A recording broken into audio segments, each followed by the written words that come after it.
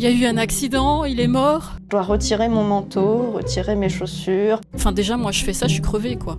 Regarder les canards pendant des heures et se dire « Ah là là, on est bien là !» C'est un événement où les gens se rassemblent pour manger du gâteau, boire du thé et discuter de la mort. J'ai renversé mon plat, ma vie est foutue. Quoi ? On va en Suisse et on se fait euthanasier. Waouh, c'est merveilleux.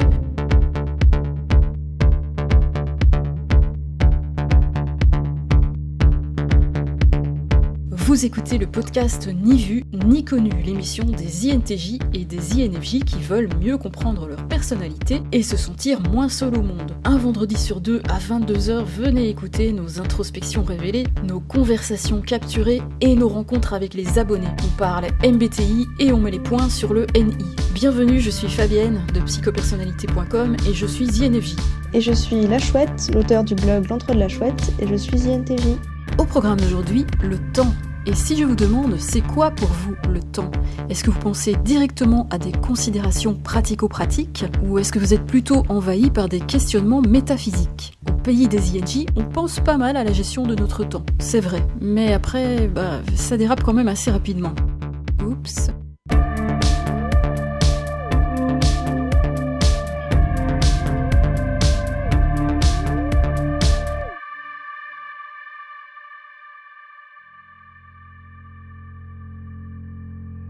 Le temps est l'une de mes ressources les plus précieuses. On peut tout avoir dans la vie, mais jamais on ne pourra empêcher le temps de filer inexorablement entre nos doigts. Et ça va tellement vite. Je sais que chaque mouvement que je réalise me sera peut-être impossible demain, lorsque mes os et mes muscles seront trop fatigués. Je me demande combien de temps mes yeux vont encore voir clair et mes oreilles entendre la voix des gens que j'aime. Face au miroir, je me vois déjà trembler et pourrir. Avoir un esprit qui se projette naturellement loin dans le futur, c'est pratique, certes, mais c'est aussi très effrayant.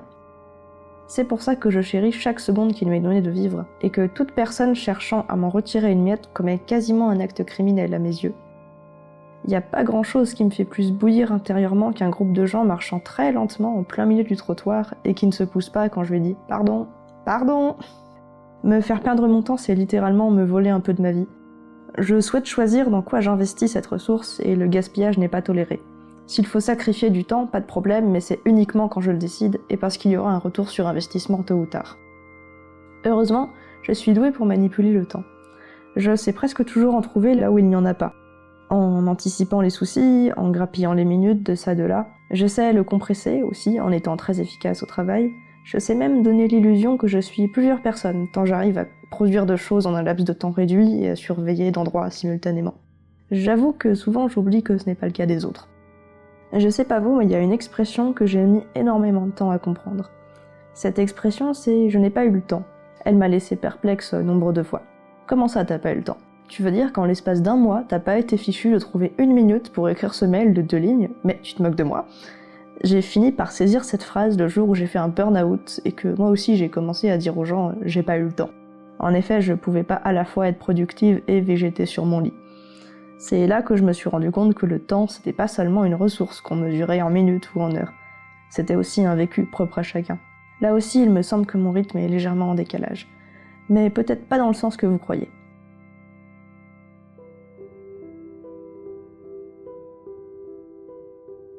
Le 27 novembre 2007, ma vie bascule.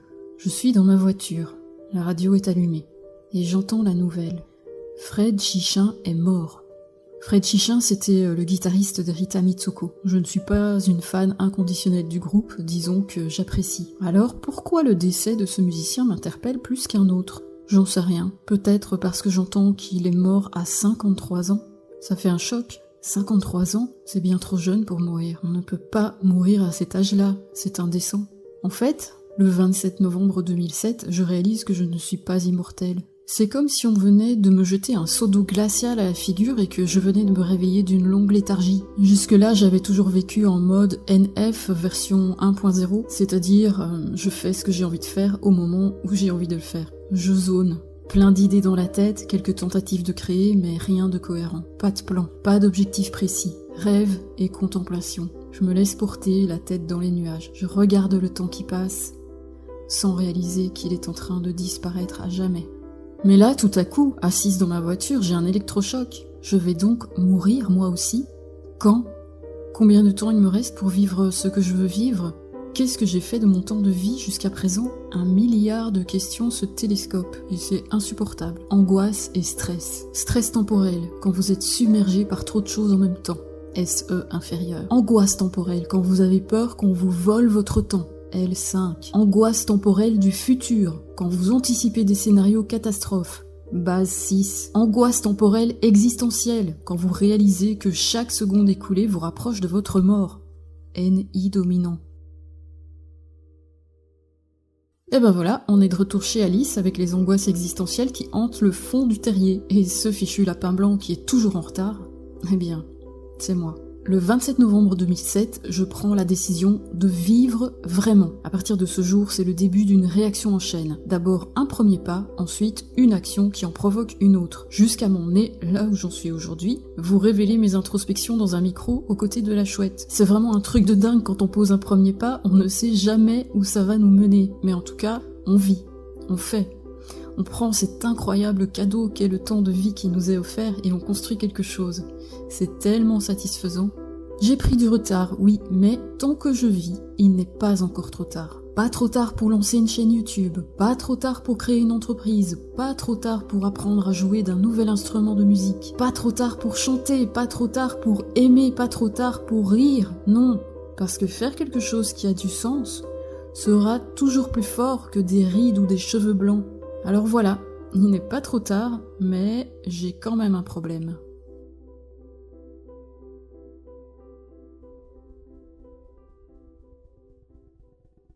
On ne vous a jamais dit en tant qu'INJ que vous aviez une vieille âme, comme si vous aviez vécu bien plus longtemps qu'en réalité. Moi, on me l'a souvent dit. Ça peut paraître paradoxal, mais en mon fort intérieur, j'ai un tempo très lent. En fait, c'est comme si je vivais dans 2 dimensions temporelles à la fois. En surface, je suis toujours pressée, en profondeur, tout se déroule au ralenti. J'ai l'impression que les gens ont tendance à utiliser leur date de naissance comme référentiel pour mesurer le temps. Par exemple, s'ils sont âgés de 25 ans, alors 10 ans, cela représente déjà un bon paquet d'années. En ce qui me concerne, je me réfère plutôt à l'apparition de l'humanité, voire de l'univers tel qu'on le connaît. Ainsi, ma propre expérience me semble n'être qu'un souffle, un battement de paupières.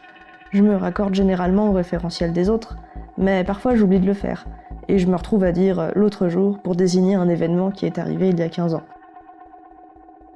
Pour moi, 15 ans, ce n'est vraiment rien. Je viens tout juste de le vivre. Oui, hier j'étais en classe de CM2, je rêvais d'avoir ma première console de jeu et j'étudiais les myriapodes dans mon encyclopédie préférée, qu'on venait de m'offrir pour Noël.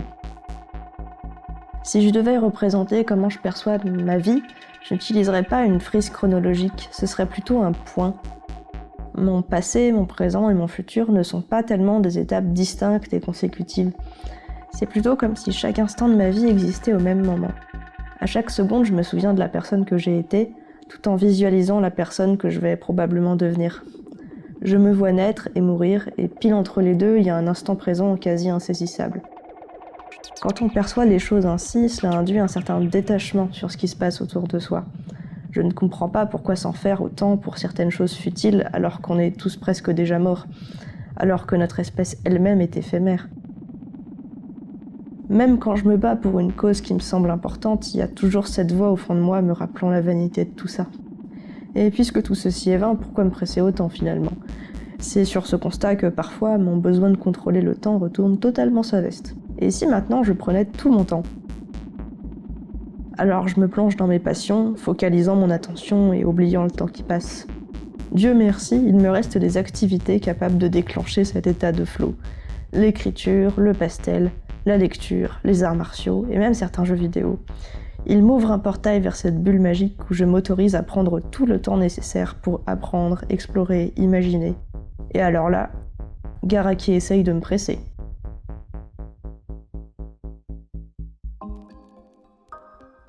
Une mouche traite 7 fois plus d'informations par seconde que vous. Un signal perçu par ses yeux arrive à son cerveau 5 fois plus rapidement que chez vous. Ce n'est pas tout. Une mouche, c'est aussi 1000 battements d'ailes à la seconde. C'est pour toutes ces raisons qu'il est difficile d'attraper une mouche. Pour une mouche, vos mouvements ressemblent à une scène de film qui se déroule au ralenti. Quand je suis en compagnie des SO-DOM ou des NO-DOM, je leur offre cette expérience inouïe de vivre un instant dans la peau d'une mouche. Leurs gestes et leurs paroles sont si rapides je ne parviens pas à suivre le rythme. Je fais du slow motion en live et sans les contraintes techniques. D'ailleurs, il n'est pas rare que par impatience, les autres aient envie de terminer mes phrases. Sauf que le plus souvent, ils se trompent sur ce que je voulais dire. Ce que je voulais dire. Alors d'abord, ça commence dans ma tête. Et là, vous savez quoi ? Les idées circulent à la vitesse de la lumière. Oui, je sais, ça ne se voit pas comme ça, mais dans ma tête, c'est comme un circuit de Formule 1. Mes pensées sont des bolides qui font le même bruit qu'1 milliard de mouches, ça carbure sec. Mais au moment de sortir ça dans le monde concret, alors là, gros coup de frein. Le circuit de Formule 1 prend des allures de sentier de randonnée un jour de pluie, quand les limaces sont de sortie. Et le rythme est subitement ralenti. Alors pourquoi ce contraste ? Eh bien, parce que pour donner une existence à mes pensées, je dois aller tout au fond de mon esprit, chercher l'essence de mon idée, faire du ménage au passage pour éliminer tout le superflu et structurer le tout en un message compréhensible. Et pour faire les choses, c'est la même chose, mes gestes sont plus lents. Logique, quand on brûle tellement d'énergie mentale, il reste bien peu d'énergie physique. Alors il n'y a pas de miracle, tout ce que je veux dire ou faire me demande du temps. Beaucoup de temps. Et mon problème, il est bien là. Le temps est une ressource limitée. Si vous avez peur de perdre votre argent, je me permets de vous dire que vous devriez y penser. L'argent est une ressource inépuisable, contrairement à notre temps de vie qui est limité. Et ça, c'est pas du tout pratique quand on veut vivre vraiment, mais qu'on a un tempo plus lent.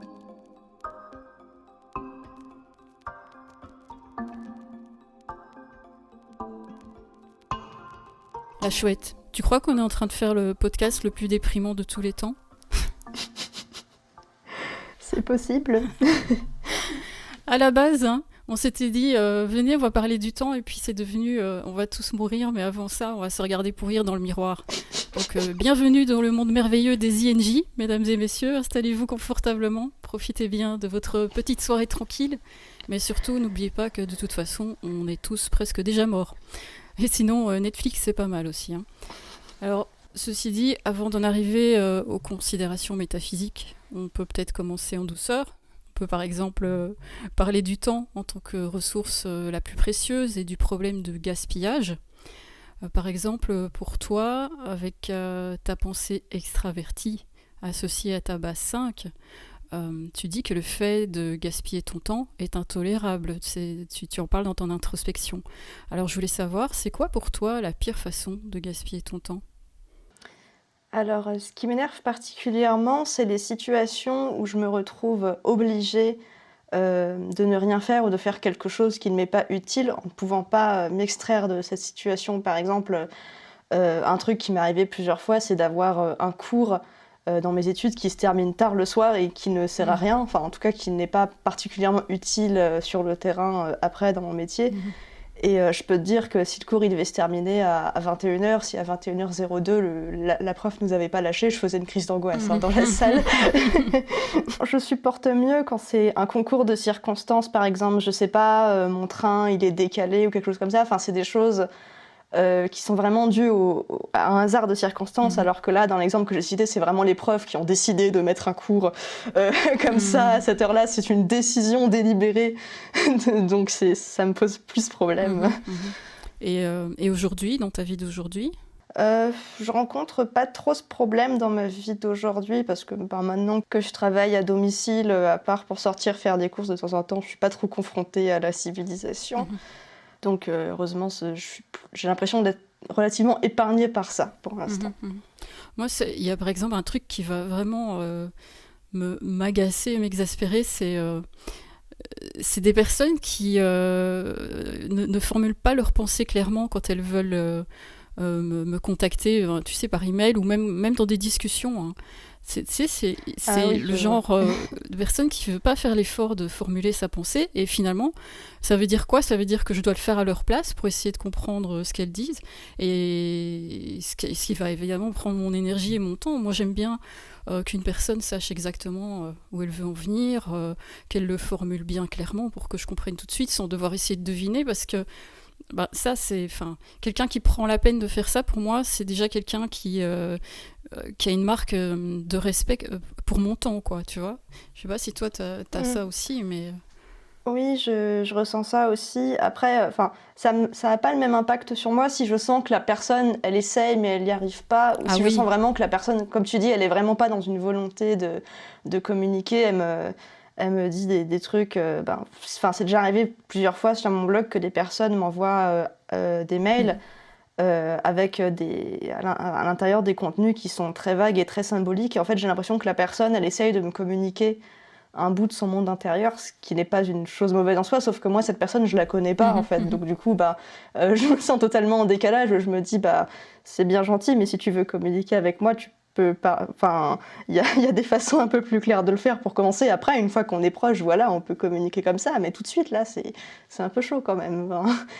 J'ai pas envie, justement, de prendre mon temps à décoder une personne que je connais pas, parce que finalement, je le fais peut-être pour rien, quoi. Donc, voilà. Oui, là, il y a clairement un manque de références communes que vous ne partagez pas, et c'est vrai que tu dois essayer de comprendre son monde, alors que, oui, sans se connaître, c'est pas évident, mais je pense aussi, dans ce que je disais, je pensais surtout à... Par exemple, moi, j'ai déjà eu des emails de personnes qui veulent me proposer des collaborations, et quand je reçois la proposition, j'arrive à la fin de l'email, je sais pas ce que c'est, tu vois. Je me dis, mais qu'est-ce qu'il veut, en fait ? Qu'est-ce qu'il me demande ? Je ne sais pas ce que c'est, son projet. C'est comme, après, c'est comme si c'est moi qui devais définir le projet, tu vois. Parce qu'après, quand tu poses des questions pour en savoir plus, il n'y a plus de réponse. Ça devient trop difficile de préciser. Je pense que quand quelqu'un envoie ce genre de message, ça m'est arrivé aussi, ce que la personne veut, c'est moins produire quelque chose que travailler avec toi spécifiquement. Après, ce que vous faites, c'est pas important. L'important, c'est que ce soit avec toi. Et ça a tendance à me faire fuir parce que, à part si la personne, c'est vraiment une professionnelle et je sais que après il y a quelque chose qui va se mettre en place, je me dis en fait ce que veut la personne, c'est que je fasse un truc avec elle et pas produire quelque chose en particulier, quelque chose d'utile, quelque chose qui a du sens. Et donc j'ai pas envie d'utiliser mon temps pour ça. Ça me donne pas envie en tout cas. Non, surtout qu'après c'est toi qui dois réfléchir à qu'est-ce qu'on va faire, quoi. Comment on va le faire. Oui, c'est ça. Ouais. Et apparemment, nous ne sommes pas les seuls à être allergiques au gaspillage du temps, ni à lui attribuer une valeur inestimable. Rencontre avec André, INFJ, et avec Nicolas, ESFJ. Alors en ce qui me concerne, le temps est la ressource la plus précieuse. Autant ça ne me dérange pas de perdre mon temps quand c'est moi qui en décide, autant je peux très vite déranger quand cette perte de temps est subie. C'est pourquoi à titre professionnel, j'ai toujours privilégié des emplois où je disposais d'une relative autonomie, dans les horaires notamment. Alors je supporte absolument pas les réunions à rallonge dont le tempo est mal maîtrisé, d'autant plus quand l'ordre du jour ne me concerne pas ou très peu. Par ailleurs, je pense d'un caractère relativement affable, mais je peux être très vite irritable quand je suis en face d'interlocuteurs dont j'estime qu'ils me prennent mon temps, surtout quand c'est fait de manière sans gêne. Alors c'est par exemple les personnes qui imposent leur présence en nom des rendez-vous, ce sont les démarcheurs téléphoniques bien entendu, et les personnes qui m'imposent les conséquences de leur retard ou de leur non-prévoyance. Et même à titre familial, je supporte assez mal que l'on me prenne les moments où je ressens le besoin de m'isoler, ou que l'on m'impose des activités qui ne me correspondent pas. Bon, c'est bien évidemment source de conflits familiales. Ma relation au temps, elle est très particulière et très marquée par contre. Je pense que c'est un des points les plus marqués chez moi. Tout simplement, en fait, c'est que je mets le temps... C'est obsessionnel chez moi. C'est quelque chose que j'ai tout le temps en tête. J'ai un chronomètre dans ma tête. En permanence, je mesure tout. Je time tout. Et vraiment, et entre guillemets, j'ai développé une expertise dans l'évaluation des temps, c'est-à-dire que d'aller d'un point A à un point B à 2 minutes près, je suis capable de dire combien ça va me prendre. Le point ultime pour moi, c'est le stress d'être en retard. Je pense que c'est très SJ ça. Et sinon, en fait, pour moi, le temps, c'est quelque chose qui est très très très très très précieux et c'est peut-être pour ça que je le gère aussi précisément. Parce que pour moi, la vraie valeur de la vie, c'est ça, c'est le temps et pas l'argent, comme on met souvent en tête des critères pour les gens, que l'argent c'est tout, l'argent, il faut de l'argent, il faut de l'argent. La bonne question que je me pose souvent, c'est combien je serais prêt à payer si on me disait, ben voilà, on t'offre une année de vie en plus, en bonne santé, hein, on s'entend, combien je serais prêt à mettre ?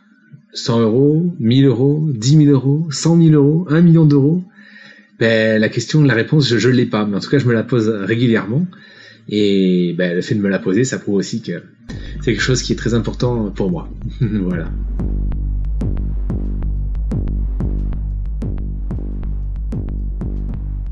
Tu as parlé du stress temporel causé par la fonction SE en inférieur qui est occasionné par l'accumulation de détails.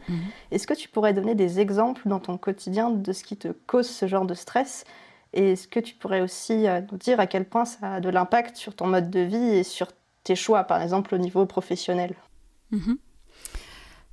Typiquement, ça va être, tu sais, toutes les petites manifestations parasites qui vont empêcher mon NI de bien fonctionner, et donc ce qui va me faire perdre un temps de dingue, hein, parce que, par exemple, si je mets ça dans le contexte du travail, disons que je me mets sur l'écriture d'un script, ça veut dire que j'ai besoin d'un focus ultra unidirectionnel sur mon sujet, parce que je sais pas si c'est comme ça pour toi quand t'écris, mais quand mon NI refuse de traiter ça vite fait et superficiellement, donc je dois vraiment plonger dans mon esprit, creuser comme toujours, et pour partir à la recherche de l'essence du sujet.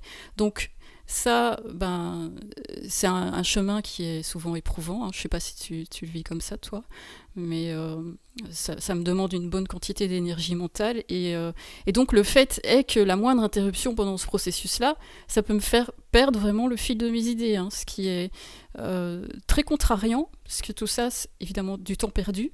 Alors ça va être par exemple le téléphone qui sonne, quelqu'un qui sonne à la porte, un camion super bruyant qui passe dans la rue, ou bien des enfants qui jouent dehors et qui hurlent. Ça peut être aussi toutes sortes de choses que j'ai à faire au quotidien et auxquelles je dois penser et qui vont venir encombrer ma pensée. Typiquement, alors il y a un truc, ça c'est vraiment, pour moi j'ai un gros problème avec ça, c'est la boîte aux lettres, quoi. Aller relever le courrier dans la boîte aux lettres. Je ne sais pas pourquoi, je n'y pense pas. Je sais pas, je pense que mon esprit a fait un tri des choses qu'il a estimées inutiles, et le courrier de la boîte aux lettres est passé là-dedans. Ce qui est assez embêtant parce que, heureusement, on est à plusieurs dans la maison, donc il y a d'autres personnes qui y pensent, mais moi, et en plus, je demande, tu vois, à ceux qui envoient des factures, tout ça, s'il y a encore des factures papier, je dis, vous pouvez pas m'envoyer une version électronique, là, parce que sinon...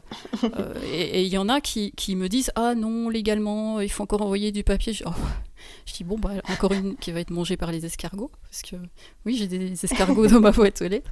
Mais voilà, en fait, c'est une accumulation de détails du monde concret qui peuvent venir me donner l'impression d'être submergée par une tonne de choses, alors qu'en réalité, c'est pas le cas. Mais... je pense qu'il y a des gens qui se débrouillent très bien avec ça, hein, le fait de jongler avec tout un tas de trucs à la fois, mais moi, c'est pas mon cas, et je suis bien meilleure quand je peux me dédier à une seule chose à la fois. Par exemple, dans les témoignages, j'ai vu aussi, il y a Patricia qui est INFJ, et elle vit aussi ce problème-là d'être submergée par tout un tas de détails, et elle, c'est concernant les vêtements ou les accessoires auxquels elle doit penser avant de sortir, parce que en fait, elle vit au Canada et elle doit s'adapter aux conditions climatiques changeantes. Et donc, elle m'explique qu'elle aussi, ça lui vole pas mal de temps et d'énergie mentale, et je comprends bien tout ça. Alors, voilà, pour gérer ça, en fait, c'est possible pour certains éléments perturbateurs, mais pas pour tout, évidemment. Par exemple, un jour, j'en avais tellement marre que je suis sortie et j'ai démonté la sonnette de la maison pour que plus que j'ai envie de sonner. Mais sauf qu'après, les gens, ils venaient en fait, ils tapaient comme des brutes, soit sur la porte, soit sur le carreau, et ce qui était encore pire, parce que ça me faisait... oui, ça surprend une main sur le carreau, là. Oui, puis en plus, comme des brutes, quoi. Alors, tu vois, moi, ça me faisait sursauter. Après, j'avais le cœur qui s'emballait à mort, et finalement, je mettais encore plus de temps à m'en remettre, donc finalement, c'était un mauvais calcul. Mais, en fait... Ce qui me saoule, hein, vraiment, avec les trucs comme la sonnette, le téléphone, tout ça, c'est que tu es censé être disponible selon l'agenda de la personne qui se sollicite.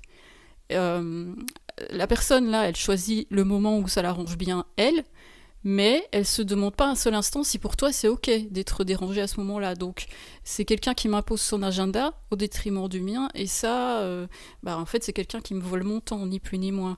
Donc en gros, moi je vais essayer d'occulter ou d'éliminer autant que possible tous ces trucs-là, SE, hein. Alors des éléments comme le camion qui passe dans la rue ou les enfants qui hurlent, je peux pas contrôler, mais il y a d'autres choses que je peux faire. Par exemple, c'est repérer le moment le plus calme de la journée pour faire du travail où j'ai besoin de solliciter mon énergie mentale, où j'ai besoin de calme. Et puis éventuellement, je peux, comme je l'ai fait là, je déménager tout mon matériel dans une autre pièce, si je sais qu'on va enregistrer un podcast. Même si c'est pas super pratique de bouger tout le matériel non plus, mais bon. Voilà. Et encore là, il y a mon chat qui peut m'appeler pendant un quart d'heure et moi je l'entends pas parce que j'ai le casque sur les oreilles. Mais par contre, le micro capte bien son miaulement. D'après ce que j'ai entendu, tu vas faire des envieux parmi toutes les personnes qui se sentent submergées parce qu'elles ne parviennent pas à accomplir ce qu'elles souhaitent. Parce que tu appliques par exemple l'anticipation, le processus de grappiller des minutes à gauche et à droite. Alors, est-ce que tu peux un petit peu expliquer comment tu fais pour justement trouver des minutes par-ci par-là, ou est-ce que tu as encore d'autres astuces spéciales TE à partager avec ceux qui ont du mal à optimiser leur utilisation du temps?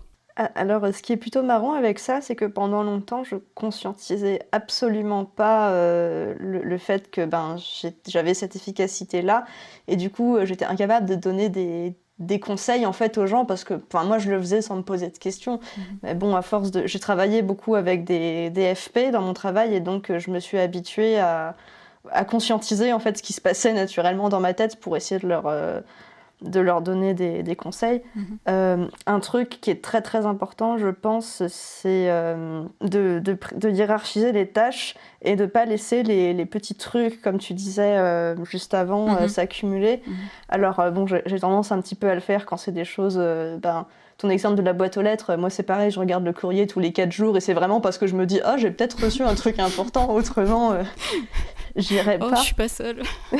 on est 2 INJ à la maison, donc je peux te dire que la boîte aux lettres, on l'ouvre pas très souvent. Ah ouais, là en plus. Mais quand c'est des choses en rapport avec mon travail, à chaque fois qu'il y a une petite merdouille, j'essaye de la régler très très rapidement.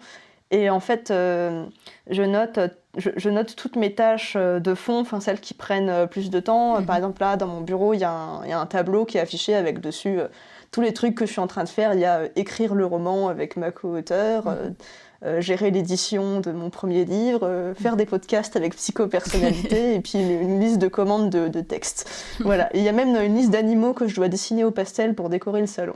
Voilà. Mais j'écris pas des trucs genre faire le ménage, faire des machines, parce que ça fait partie de la catégorie petite merdouille à gérer le plus rapidement possible pour ne plus avoir à y penser.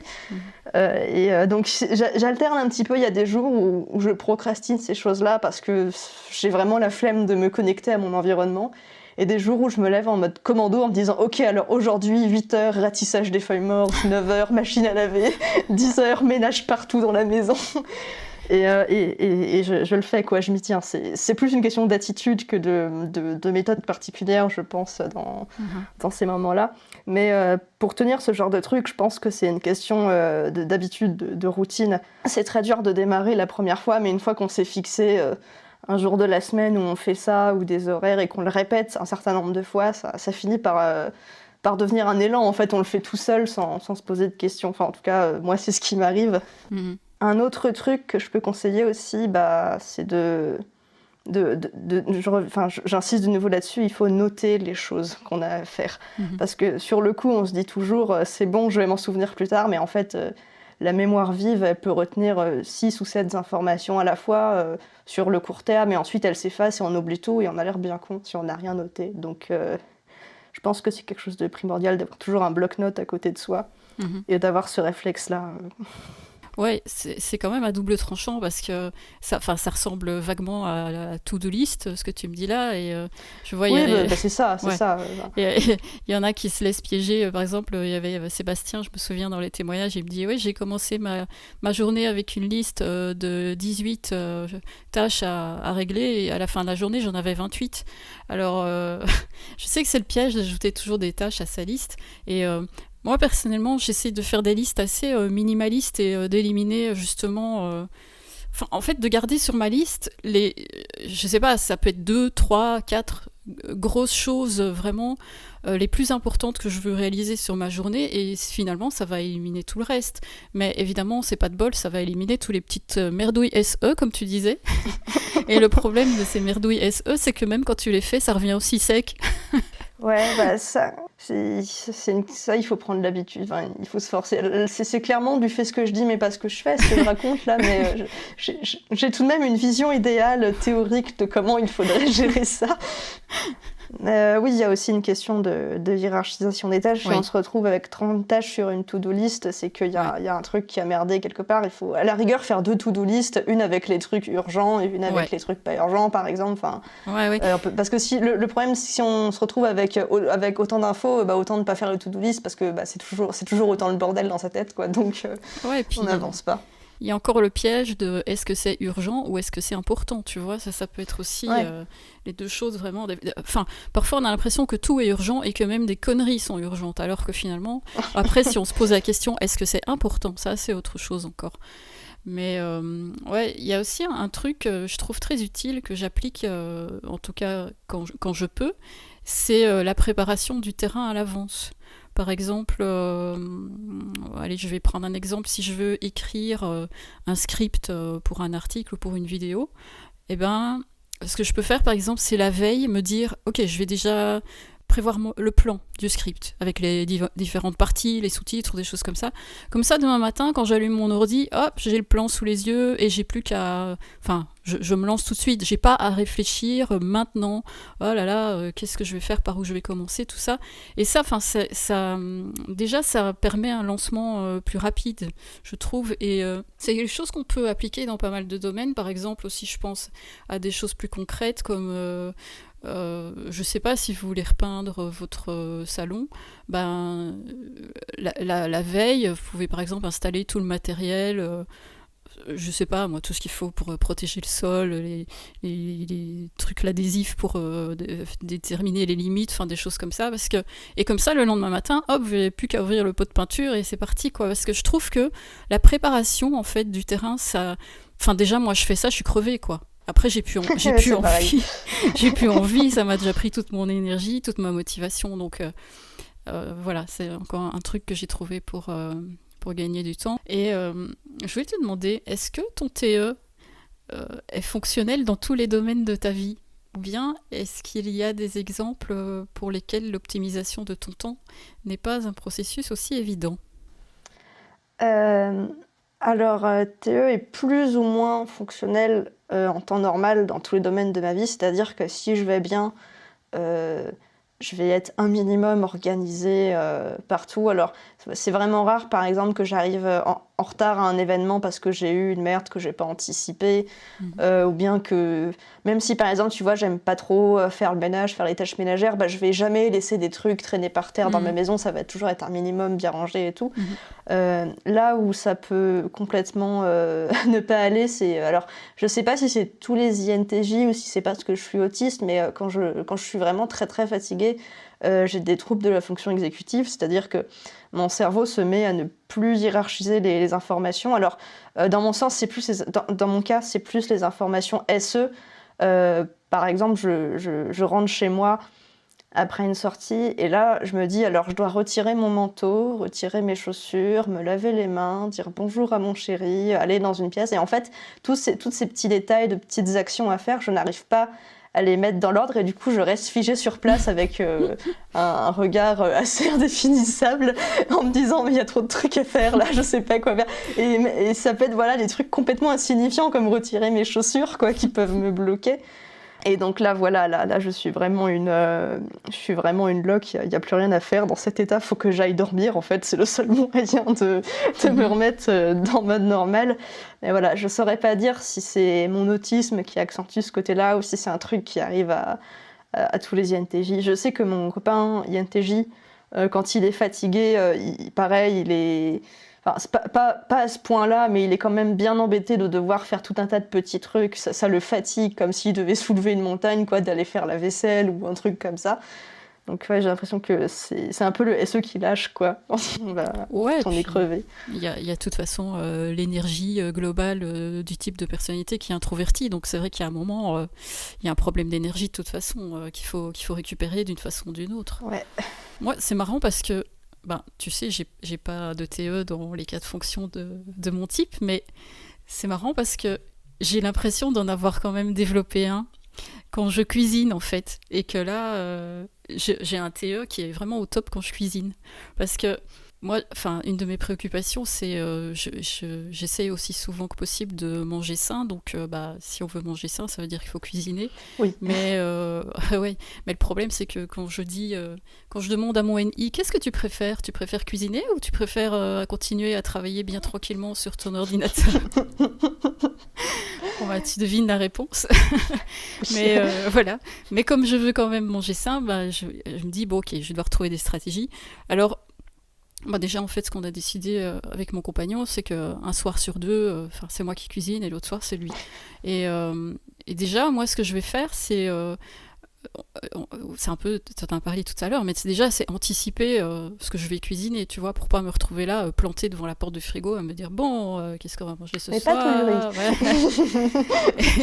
et donc là ça va déjà se passer bien en avance, et j'utilise une super appli qui est une roue de la décision, comme ça je prends la roue, elle me tire au sort des ingrédients et hop, mon menu est fait et j'ai pas besoin d'y réfléchir, et ça m'évite déjà une fatigue décisionnelle qui me brûle de l'énergie pour rien. Donc ça, c'est déjà une chose. Mais après, c'est pareil, j'arrive dans la cuisine, je vais préparer tout mon matériel, tous les ingrédients, tout à portée de main pour éviter les déplacements superflus. Et finalement, en, je sais pas, 30 ou maximum 45 minutes, hop, j'ai préparé un repas sain, quoi, tu vois. Ou même, je vais aller peut-être jusqu'à 1 heure si le menu est plus élaboré. Mais quand je regarde mon compagnon, lui, il est plutôt entre 1h30 et 2 heures. Alors... il me regarde, il me dit toujours, mais comment tu fais? Et le problème, tu sais c'est quoi? C'est que j'arrive pas du tout à transposer ça dans le travail. J'arrive pas à transposer ça pour ma production de vidéos, d'articles. Je parviens pas du tout à avoir cette efficacité pour avoir un rythme de publication que je voudrais, quoi. Donc voilà, c'est mon grand désespoir de TE qui n'est pas ma fonction. C'est déjà bien que tu puisses avoir cette organisation-là dans certains domaines, surtout que c'est vraiment très important, quoi qu'en pense notre NI, de bien manger. Il y a quand même pas beaucoup de gens qui ont la possibilité ou l'envie de prendre le temps de préparer des repas comme ça. Donc, moi, je sais que... Alors, je suis capable de passer du temps à cuisiner, si on omet le fait que je suis très maladroite et que du coup, ça me prend beaucoup de temps. En général, ce que je fais, c'est que je me fais des pâtes ou du riz et puis... je me découpe des petites rondelles de carottes en me disant voilà, c'est de la grande cuisine. Ouais, mais ça n'a pas été toujours comme ça dans ma vie, hein, donc ça viendra peut-être. Oui, peut-être.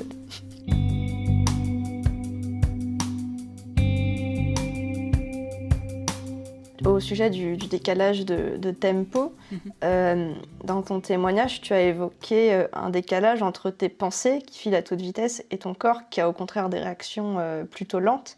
Et est-ce que cela s'applique aussi dans la dimension physique du langage ? Alors, je sais pas pour toi, mais moi je trouve que parler, c'est une tâche qui est assez difficile. Il faut faire bouger ses lèvres et gérer son souffle, alors que les idées se bousculent en attendant d'être exprimées.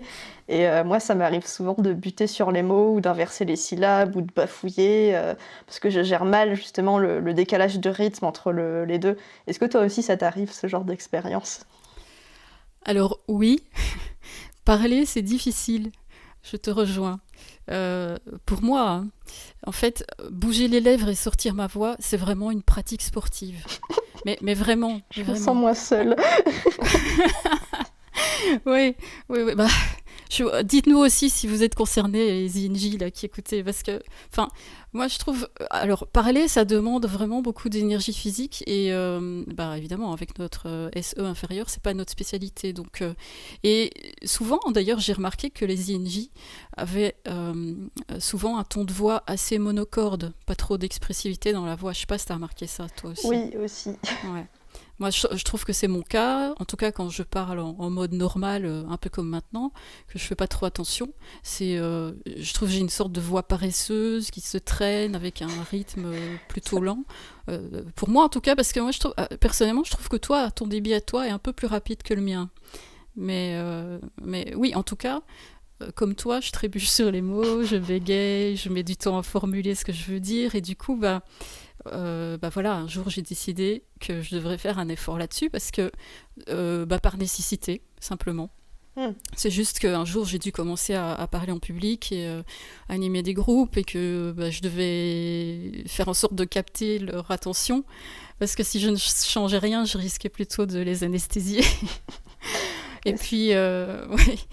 Et puis après, il y a eu aussi le fait que j'ai commencé à parler dans un micro, dans les concerts. Et puis après, évidemment, il y a eu les vidéos que je fais pour la chaîne Psychopersonnalité. Alors tu vois, pour moi, c'était pas possible de rester juste comme ça dans mon mode naturel. Déjà là, tu vois, je me dis en parlant dans le podcast, je me dis je vais faire chier les gens quoi, avec ma voix. C'est trop terrible. Enfin bref. Et pour ça, j'ai commencé à m'entraîner et ouais, je compare vraiment ça à un sport parce que, regarde, on peut par exemple faire la comparaison avec les arts martiaux parce que c'est du karaté que tu fais, c'est ça ? Oui, je fais du karaté, j'ai fait beaucoup de taekwondo avant, surtout. Ouais, enfin le taekwondo je connais pas, mais le karaté j'en ai fait un peu, mais disons qu'au karaté tu dois faire des mouvements en conscience, tu vas y mettre une certaine énergie, tu vas contrôler tes gestes, tu vas contrôler la force que tu y mets, et même si tu exécutes un mouvement juste avec le bras, il y a quand même bien des chances que ça implique tout ton corps, si je me trompe pas. Oui. Ouais. L'énergie elle passe partout. Ouais, voilà. Mais tu vois, dans ton quotidien, par exemple, si tu dois prendre un verre qui est sur une table et le porter à tes lèvres, en principe, tu vas pas penser à tout ça, à l'énergie, au contrôle, à la force, tout ça. Enfin, moi, j'y pense, mais c'est parce que je suis dyspraxique, donc c'est pas normal. Oui. Ouais, voilà. En fait, j'allais dire justement, en tout cas, si tu es dans des conditions normales, parce qu'évidemment, si à cause d'un problème ou d'un autre, c'est vrai que tu vas y penser, mais je veux dire, dans des conditions, on va dire normales, ça sera juste un geste automatique, banal et qui est pas vraiment calculé. Tu vas pas faire un mouvement sec et tranchant comme au karaté pour juste. J'imagine pas trop ça avec le cri à la fin là. Je dis pas les personnes qui sont à côté de toi, ça risque de les faire sursauter, mais bon. Non, mais justement du fait que j'ai des problèmes psychomoteurs, en fait souvent quand je fais des actions banales comme ça, j'ai l'air ultra concentrée et ultra sérieuse et souvent quand je mange, ça m'est déjà arrivé plusieurs fois d'aller au restaurant avec des gens ou bien qui mangent chez moi et ils m'avaient jamais vu manger et ils disent mais la chouette, t'as l'air méga concentrée quand tu manges ton hamburger. Je suis là mais vous vous rendez pas compte à quel point c'est dur de manger un hamburger. Donc il y a tous les ingrédients qui se barrent de tous les côtés. Attendez, il faut vraiment que je focalise toute mon attention sur cette tâche et puis après j'irai me reposer. Hein. Ouais, voilà. C'est exactement la même chose pour parler. C'est ça que j'ai commencé à faire, c'est à un moment donné, décider de contrôler toutes sortes de paramètres. Tu vois, le souffle, la respiration, la force, le timbre, le ton, les inflexions, le rythme, enfin, toutes ces choses-là. Et aussi l'implication du corps tout entier. Parce que je me suis rendu compte que si je fais des gestes dynamiques pendant que je parle, ça va donner plus de vie à ma voix. Mais bon, ça, alors je peux le faire juste si je suis en voix off, parce que si les gens me voient faire ça, ils vont juste se dire que j'ai un très gros souci de gestion corporelle. Mais en tout cas, ouais, concrètement pour moi, c'est passé par des heures et des heures à enregistrer ma voix, à tester, à écouter, à analyser, faire le bilan de tout ce que je dois améliorer, de tu vois ce que j'aime bien, ce que j'aime pas, et recommencer et ainsi de suite. Et puis petit à petit, voilà, c'est comme dans un sport, c'est comme au karaté, tu commences à t'améliorer, à avoir des techniques en fait. Ouais, Alors maintenant, c'est ce que tu viens d'expliquer avec le resto, c'est que ça brûle énormément d'énergie. Donc je réserve ça à quand je dois parler dans un micro, soit sur scène, soit dans les vidéos, ou soit comme je fais ici dans l'intro du podcast, où je suis presque finalement en mode DJ quand je m'entends, mais c'est sûr que dans ma vie au quotidien c'est pas du tout la même chose, mais en fait oui, le sujet de fond ici c'est encore une manifestation de l'axe NISE et ouais, le fait que dans la tête ça file à toute allure et dans le monde réel c'est lent à sortir pour des raisons de faible énergie, voilà. Je sais pas si toi tu le vis comme ça aussi. Oui, bah c'est ça. C'est pareil. Enfin, ce genre de décalage entre le. J'ai l'impression en fait que c'est un peu comme si il y avait les mots que je veux sortir qui arrivaient, mais le problème c'est qu'ils arrivaient tous en même temps et du coup ils bouchaient l'encadrure de la porte et du coup le message ne sort plus correctement. Ouais, c'est ça. Enfin, j'arrive à me débrouiller relativement bien en fait, mais enfin au niveau littéraire en fait, au niveau de mes formulations, mais vraiment au niveau physique, prononcer les mots, c'est difficile, ça me fatigue beaucoup. Ouais, mais par contre il y a un truc que j'ai remarqué dans ce que tu dis et qui m'a interpellée, c'est que toi tu dis en fait, tu parles un peu du contraire de moi, c'est-à-dire que toi, tu évoques une lenteur à l'intérieur et une rapidité à l'extérieur. Est-ce que tu peux donner un exemple de comment ce décalage se manifeste dans ta vie ? Alors, en fait, c'est un peu comme si ma fonction TE, c'était une sorte de robot garde du corps qui m'accompagnait partout. Et à l'intérieur de moi, je suis Annie et fille. Et en fait, dès que j'ai un truc à faire, je prends le robot, je le mets devant moi et je lui dis « Vas-y, occupe-toi de ça ». Et lui, il le fait. C'est un petit peu ça.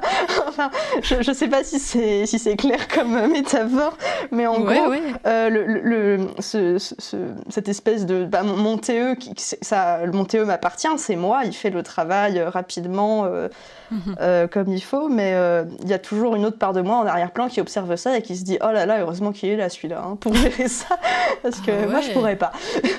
Décidément, tout le monde va vouloir un TE.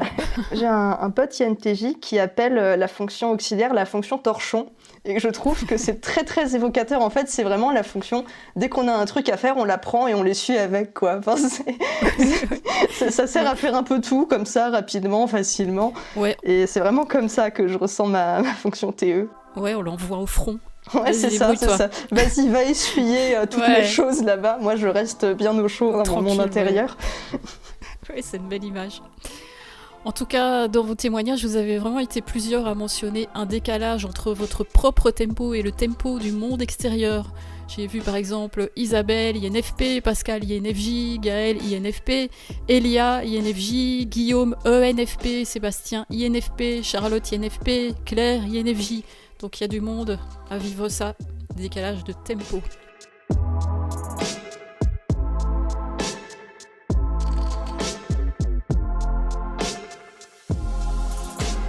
Dans ton introspection, tu fais la distinction entre le temps objectif, celui qui est mesuré, et le temps en tant qu'expérience subjective.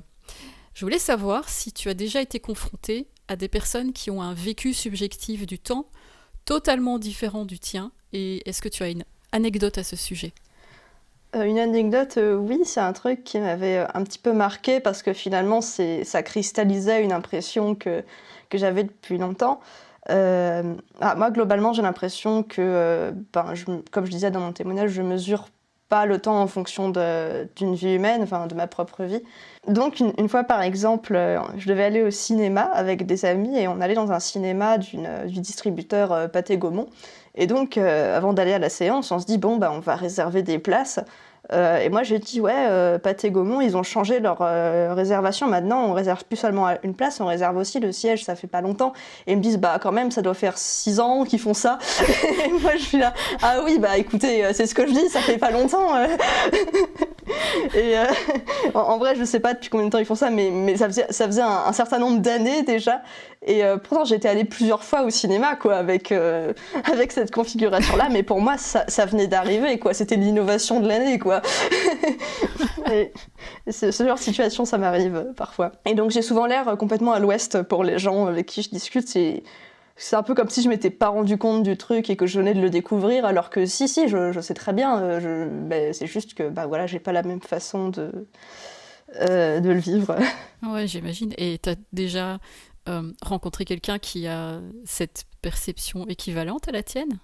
Mon compagnon, il est aussi à l'ouest que moi, sur ce niveau. Bon, ça va finalement, il y a un côté rassurant. Oui, on est calés sur le même rythme, alors tout va bien. Ouais, ce qui n'est pas mon cas. Moi, je vis avec quelqu'un qui, n'évolue pas du tout dans la même dimension temporelle que moi. Ah bon ? Alors déjà, ça va être d'un point de vue perception de la durée. Par exemple, il n'y a pas longtemps, il y a pas longtemps, il me dit tu sais quoi, je viens de lire que pour le lavage des mains contre le Covid, pour que ça soit efficace, il faut se laver les mains pendant 20 minutes. Je dis quoi ? Je dis quoi, tu rigoles ? 20 minutes ? Mais je me lave jamais les mains pendant 20 minutes, c'est pas vrai, je vais attraper le Covid. 20 minutes, c'est une douche en fait, hein. C'est une grosse douche. Oui, mais c'est surtout pour moi une grosse panique parce que je me dis merde. Et bon, alors après je vais vérifier l'information et là qu'est-ce que je vois ? C'est 20 secondes. Tu vois, ça va être des trucs comme ça. Ou alors, par rapport aux repères de la journée, tu vois, par exemple, fin de journée, début de journée, tout ça. Ça, c'était au début qu'on se connaissait, parce que maintenant, je suis habituée, mais ça a été surprenant la première fois. Il me dit, je t'appelle en début d'après-midi. Oui, alors pour moi, le début de l'après-midi, on va dire, 14h, en tout cas dans ces eaux-là, quoi. Ah, merci. Coucou chérie. Et en fait, qu'est-ce qu'il a fait ? Il m'a appelé, il était 16h30, tu vois. Ah, d'accord. Alors là, pour moi, c'est... il y a eu un accident, il est mort. Parce qu'évidemment, ça peut pas être autre chose, ça peut pas être une autre option. C'est pas possible, sinon j'aurais des nouvelles. En plus, j'essaye d'appeler, il répond pas, ça. Enfin, pour moi, c'est la grosse angoisse, quoi. Ou bien, ça c'est moins grave, mais par exemple, il va me dire ça va, il est 17h, on a encore toute la journée devant nous. et là, moi, je me dis, il est 17h, il fait noir, moi je vais aller mettre mon pyjama. J'ai un frère ENFP, il est un peu dans dans la même perception des choses. Ah voilà, écoute, je parlais bien d'un ENFP, donc voilà. Est-ce qu'il y a des ENFP qui nous écoutent et qui peuvent témoigner ? Je ne sais pas si ça concerne tous les ENFP, mais en tout cas, voilà. J'ai l'impression que dans sa tête, le temps, c'est extrêmement relatif. Donc, c'est... voilà.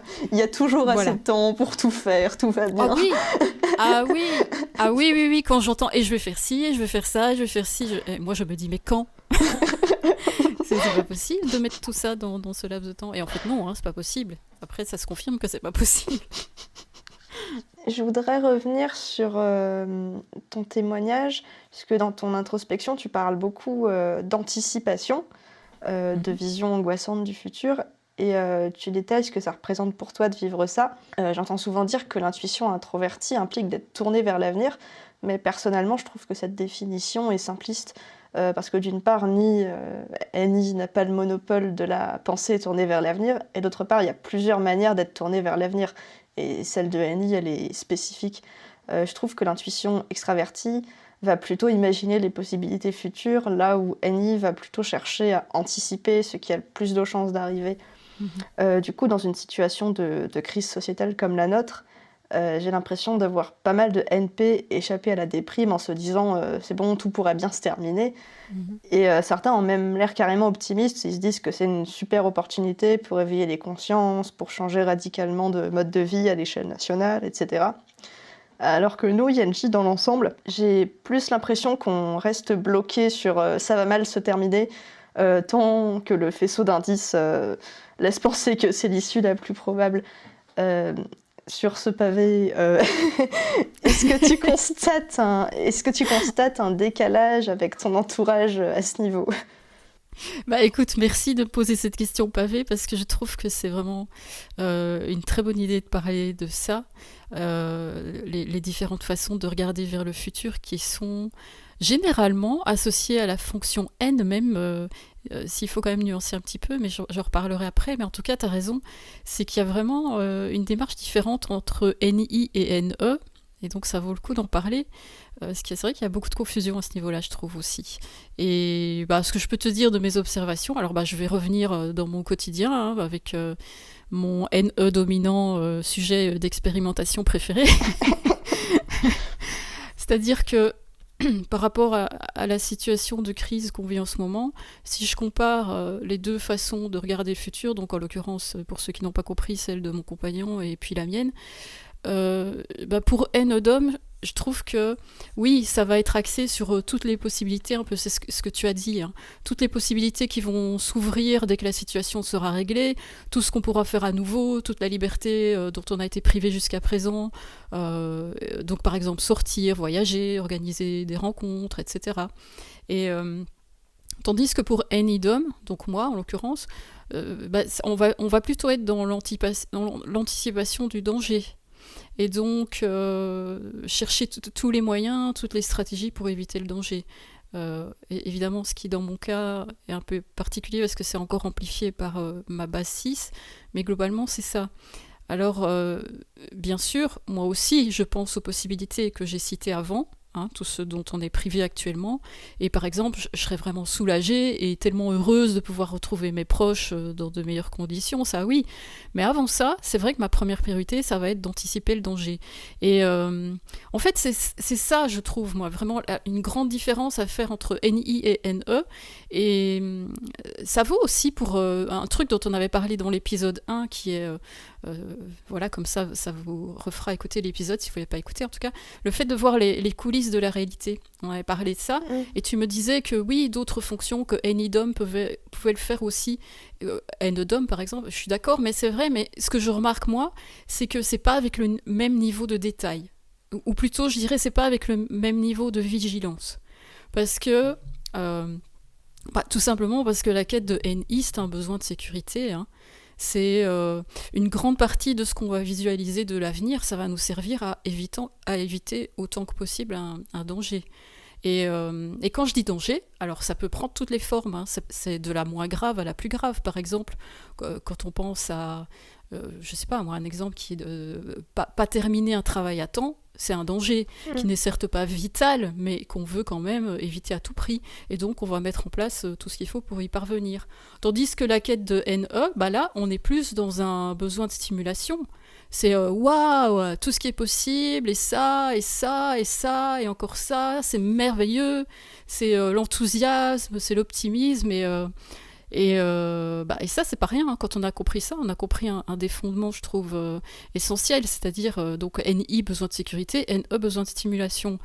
Et aussi, c'est que, en fait, ces deux besoins, en quelque sorte, ils sont contradictoires, en tout cas sur la forme, parce que, c'est-à-dire que si on a trop de stimulation, ça met en péril le besoin de sécurité de NI, et trop de sécurité, ça entrave la liberté des NE dans leurs besoins de stimulation. Mais, enfin bon, ça c'est pour la forme, parce que de toute façon, si on regarde encore un peu plus vers le fond, finalement on trouve quand même un terreau commun, un terreau commun aux deux, et qui est la peur, évidemment, puisque la recherche du plaisir par NE, c'est pour éviter la peur de souffrir, et la recherche de sécurité par NI, c'est pour éviter la peur de mourir. En quelque sorte, on peut le résumer comme ça. Donc, oui, chez les INJ, on n'est pas au pays de l'enthousiasme, si vous n'aviez pas encore compris avec cette émission. On est plus dans ce que certains vont appeler un pessimisme et d'autres vont appeler une forme de réalisme. Ouais, moi j'appellerais plutôt ça comme ça. Ouais, voilà. Et d'ailleurs, oui, mais j'ai remarqué, INTJ, vous avez plus tendance à aller vers ça. Et d'ailleurs, je trouve qu'à ce niveau, on est plus proche des types SIDOM dans notre anticipation du futur. Ah, je trouve totalement aussi... Qui sont des types qui vont anticiper énormément avec inquiétude pour éviter autant que possible une forme de danger. Simplement, je trouve que chez les types SI, on va plus souvent se trouver dans des préoccupations concrètes que chez les INJ, mais encore parfois, je trouve que ça devient même très proche au niveau des préoccupations. Voilà, donc je ne sais pas si toi tu t'y reconnais dans cette tendance à prévoir pour anticiper un danger potentiel et donc pour combler un besoin de sécurité. Je pense que ça va avec le fait d'avoir une fonction d'observation introvertie en fonction dominante. Ça fait qu'on vit dans un monde de perception avec un encodage personnel, comme j'aime bien dire. Et notre objectif, ça va être de renforcer cet univers intérieur, de faire en sorte qu'il ne s'écroule pas et qu'il ne manque pas de ressources. Donc du coup, ça va impliquer de faire en sorte de ne pas être submergé par trop de stimuli et d'être capable d'atteindre ses objectifs pour répondre à ce besoin-là. Donc effectivement, les INJ, ça va être pareil, sauf que ça ne va pas forcément être sur l'inquiétude ne va pas porter forcément sur les mêmes choses. Mais voilà, il y a cette optique de sécuriser mon monde intérieur, alors que En face, les EP, ça va plus être accumuler un maximum d'informations et toujours plus d'informations. Et finalement, ça va se faire au détriment d'une certaine capacité à se recentrer que nous, on a en excès. Ça va plutôt être... on va se mettre des barrières mentales, en fait, et s'interdire d'aller explorer d'autres choses, alors que finalement, de temps en temps, ça pourrait quand même nous apporter des choses positives. Ouais, de toute façon, il y a évidemment des avantages et des inconvénients dans les deux façons de fonctionner. Et c'est vrai que moi, je me suis déjà surprise plusieurs fois à les envier, quoi. À envier leur enthousiasme, tout ça. Mais bon, après, voilà, quand on creuse un peu, on se dit ah ouais, mais il y a aussi quand même des choses. Ils doivent se débattre aussi avec certaines choses. Donc, on n'a pas les mêmes problèmes. Justement, j'avais eu un échange avec un AEP comme ça. On se disait, mais c'est marrant parce que lui, à l'âge adulte, il se dit jusque-là dans ma vie, j'ai pas bâti de choses stables et là, je me retrouve dans une situation où je sais pas quoi faire, j'ai pas fait de plan et tout. Et moi, je me dis, écoute, moi, j'ai passé ma vie à faire des plans et là, je suis arrivée à la situation que j'avais prévue, mais par contre, j'ai pas vraiment eu d'enfance et d'adolescence. J'ai pas de grosses conneries d'ado à raconter aux gens en riant, tu vois. Finalement, on a la problématique inversée, quoi. Ouais. Ça doit être INTJ, je pense, parce que moi, j'ai fait des conneries d'ado. J'en ai fait un peu quand même, hein, mais... disons que par rapport à la moyenne, je suis vraiment un petit ange à ce niveau. Ouais. C'est-à-dire que moi, j'ai eu un moment, enfin, je sais pas si tu as vu ça, mais j'ai eu un moment où j'ai voulu tester toutes les limites de mon SE, tu vois. Moi, j'ai fait des conneries avec SE, mais c'était pas par désir de tester les limites, c'était plus... Par exemple... dans les arts martiaux, ça m'est arrivé de me surmener beaucoup pendant les entraînements jusqu'à tomber d'épuisement. Mais je faisais ça par stress ou par colère. Je faisais pas ça en me disant « Oh, trop bien, je vais explorer toutes les limites. » Et je savais très bien que c'était destructeur, mais je le faisais quand même, quoi. Ouais, alors moi j'ai pas fait pour m'amuser comme ça. Si j'allais tester, non, c'est pas ça. C'était au service de mon. Oui, je caricature. Excuse-moi parce que je sais qu'il y a des INJ. Parfois ils se disent ah tiens, ils ont un petit retour de SE. Ils se disent tiens je vais tester plein de trucs et tout. Ouais non mais je prends pas du tout mal. Hein, parce que je veux juste préciser ma pensée que en fait quand j'analyse ça, c'est je me dis je mettais mon SE au service de mon FE. Parce que, comme j'ai eu une période de ma vie où j'osais pas parler aux gens, j'étais super timide, tout ça, je me suis rendu compte que finalement, mon SE, en utilisant ça, je pouvais réussir à créer des connexions plus facilement, même si c'était pas la bonne façon de procéder. Hein, voilà. Ah d'accord, je vois, ouais. Tandis que moi, comme j'ai pas de FE, j'avais pas certaines motivations. Par exemple, ça m'est déjà arrivé qu'une élève de ma classe me dise mais comment ça se fait que tu fumes pas alors que tout le monde fume dans ta classe, ça t'aiderait quand même vachement à t'intégrer. Et moi je dis ça sert à rien, ça coûte cher et ça détruit les poumons, j'ai aucune raison logique de faire ça donc je le fais pas. Et en fait la dimension ça va me permettre de m'intégrer, ça me passait complètement au-dessus de la tête, quoi, j'en avais rien à faire. Et donc c'est peut-être aussi pour ça que les INTJ, ils ont ce côté un peu coincé dans leur jeunesse. Ouais, voilà, c'est typiquement ce genre d'exemple-là. Ouais, exact. Tu cherches des moyens pour essayer de t'intégrer, et puis tu fais ce que le groupe fait, quoi. Bon, vous l'avez compris, chez les INJ, on aime tout anticiper au risque de parfois passer à côté du moment présent. Pour d'autres types de personnalités, c'est l'inverse. Le focus est plutôt dirigé sur le présent, et pas sur un avenir trop lointain qui n'existe pas encore. Rencontre avec Mathilde, ESTP, qui me raconte un petit déjeuner en compagnie de sa maman INFP et de son frère ENTP. C'était la semaine dernière, je me lève tranquillement après une bonne nuit de sommeil. Je prends tranquillement mon café et me débarque ma mère, qui a vu un énième reportage sur la vaccination et sur les impacts que ça peut avoir, etc. Et elle commence à me parler du passeport vert dont certaines personnes commencent à parler. Les problèmes que ça engendrerait si il devenait obligatoire et que certaines personnes ne veuillent pas se faire vacciner, et que peut-être elles ne pourraient plus partir en vacances, etc. Et en fait, au début, j'écoutais, on échangeait, c'était très intéressant. Mais en fait, très vite, je me suis sentie totalement démunie dans cette discussion, tout simplement.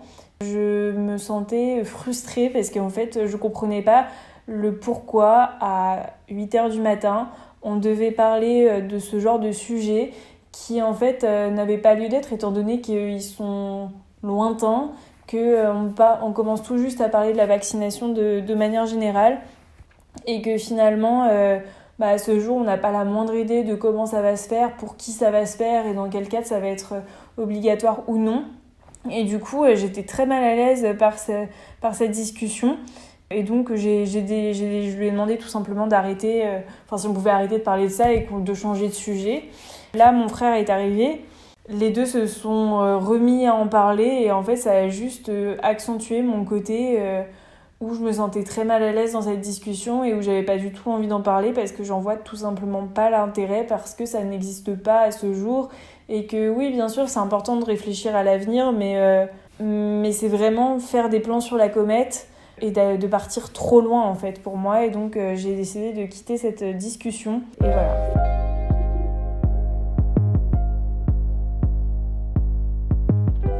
Je veux revenir sur ce dont tu as parlé tout à l'heure par rapport à le fait que tu visualises ta vie selon une perspective beaucoup plus large que les référentiels habituels. Dans ton introspection, tu dis que généralement on prend souvent la date de naissance comme référence. Et c'est un peu ce dont tu parlais tout à l'heure avec le cinéma, mais tu dis que pour toi, quelque chose qui s'est passé il y a 15 ans peut te donner l'impression de s'être reproduite il y a quelques jours, parce que tu visualises le temps donc avec cette perspective beaucoup plus large. Et ici, je trouve que c'est encore un bon exemple pour comprendre que NI, c'est bien plus qu'une projection dans le futur qui peut déjà être effrayante, mais ça va encore plus loin, parce que au-delà de la dimension temps, ici tu ajoutes en plus une dimension hauteur, une dimension profondeur, bref, c'est un champ de vision multidimensionnel, ultra global, le fait de pouvoir regarder un même sujet avec des perspectives différentes. Pour moi, ça aussi, je trouve ça effrayant, c'est un peu l'idée de l'extrême lucidité dont j'ai parlé dans le premier épisode. Par exemple, moi, je ne dois pas trop penser au fait qu'on est juste des infimes microbes et qu'on vit sur une boule en suspension dans l'espace, sinon je peux être prise par des pensées irrationnelles qui vont vraiment me faire flipper. Et toi, au contraire, cette remise en perspective, ça semble plutôt t'apaiser, tu parles de détachement, de même que l'acceptation que tout est éphémère et vain t'apporte un lâcher-prise, ainsi que le fait de pouvoir profiter de la vie et de l'instant présent. Moi, je trouve que ça ressemble à de la sagesse. Et tu parles aussi des étapes de ta vie comme un point qui rend l'instant présent encore plus insaisissable, alors qu'en tant que SE inférieur, on sait bien que c'est déjà pas gagné. Donc finalement, comment tu fais pour éviter de devenir folle et réussir à capturer cet instant présent qui est déjà si fugace ? Est-ce que c'est grâce aux activités de ta bulle magique auxquelles tu fais référence ? Et si oui, qu'est-ce qui fait que ces activités ne te semblent pas vaines, elles aussi ? Alors, c'est une question très intéressante et assez dense. Alors déjà, je tiens à préciser que je suis pas constamment dans un état de détachement et d'apaisement par rapport au fait qu'on est sur une boule suspendue dans l'espace. Oh, ça me rassure. Voilà, je peux aussi péter des plombs pour des choses complètement insignifiantes, comme par exemple, je sais pas, je me sers de l'eau et je renverse à côté, je me fais voilà. Des fois, je m'énerve vraiment. Ma vie est foutue. Pour pas grand chose, pour des petits détails, mais oui, c'est ça. J'ai renversé mon plat, ma vie est foutue.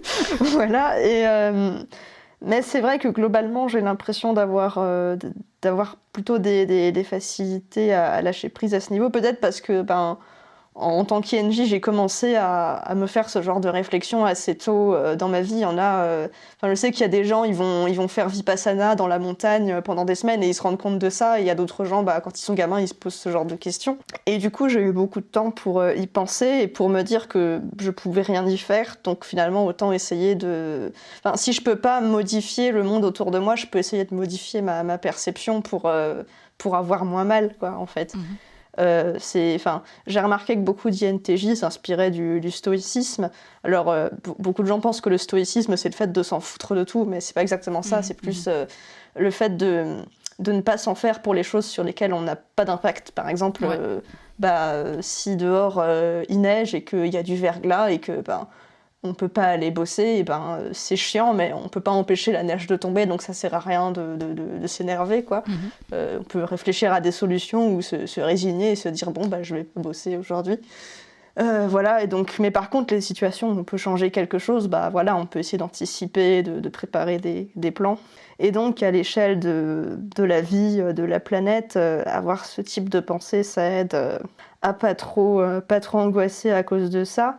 Mais cela dit aussi, je pense que Pascal avait tout à fait raison quand il disait que le divertissement nous empêchait de penser à notre condition misérable d'être humain. Oui, je suis tout à fait d'accord. Je joue le jeu aussi, hein, donc... quand je suis dans mes activités, je ne pense plus du tout à ça parce que je suis entièrement focalisée sur mon activité.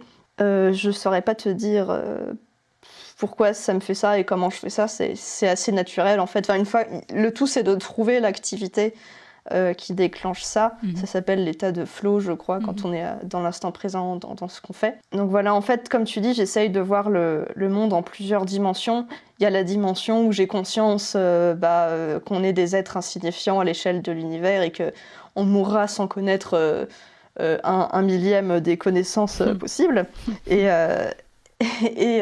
j'essaye d'avoir une autre perspective qui est un peu plus la tête dans le guidon et qui se dit puisque je suis là, hein, autant profiter de ma vie et faire des choses, quoi. Donc voilà, c'est le côté multidimensionnel, ça. Je trouve que tu l'as très bien exprimé, cette idée de hauteur et de profondeur. Et en fait, c'est comme si j'avais un appareil et que je pouvais zoomer en fait et voir la vie à plusieurs niveaux, à un niveau global et à un niveau plus personnel. Moi, ce que je suis en tant qu'individu. Et j'essaye d'apprendre à switcher entre les deux en fonction des situations. Alors, j'y arrive pas toujours, des fois ça se bloque, hein, mais j'aspire à bien maîtriser ça, en tout cas. La perception du temps est bel et bien une expérience subjective. Rencontre avec Max, INTJ, qui me présente sa vision des choses. J'ai compris assez jeune que le temps n'existait pas. En réalité, si vous regardez une horloge, vous allez vous rendre compte que cette horloge ne fait référence qu'à elle-même. L'heure n'est donc en finalité qu'une échelle de mesure destinée à offrir des repères pour l'organisation des sociétés humaines. En ce qui me concerne, je choisis de vivre le temps en gardant en conscience que le présent est le seul moment où il peut se passer quelque chose. C'est le seul moment où on peut prendre une décision et agir. On peut donc, dans le présent, changer le passé comme le futur. Ce truc-là, c'est pas une mécanique de pensée innée, je l'ai comprise très jeune, mais ensuite il a fallu que je la cultive et que je la travaille. Et c'est loin d'être facile tous les jours à maintenir cette perception du temps. Mais ça m'apporte énormément de sérénité. Le monde moderne et numérique, dans lequel on vit, tend à accélérer absolument tous les rythmes dans une espèce de cavalcade infernale sur lequel on n'a absolument aucune maîtrise. On pourrait aussi se demander si c'est pas un peu une fuite en avant. Et pour moi, choisir d'appréhender le temps de cette façon me permet de prendre le temps pour résister aux injonctions d'autorité, de l'extérieur ou de l'intérieur, et prendre de meilleures décisions.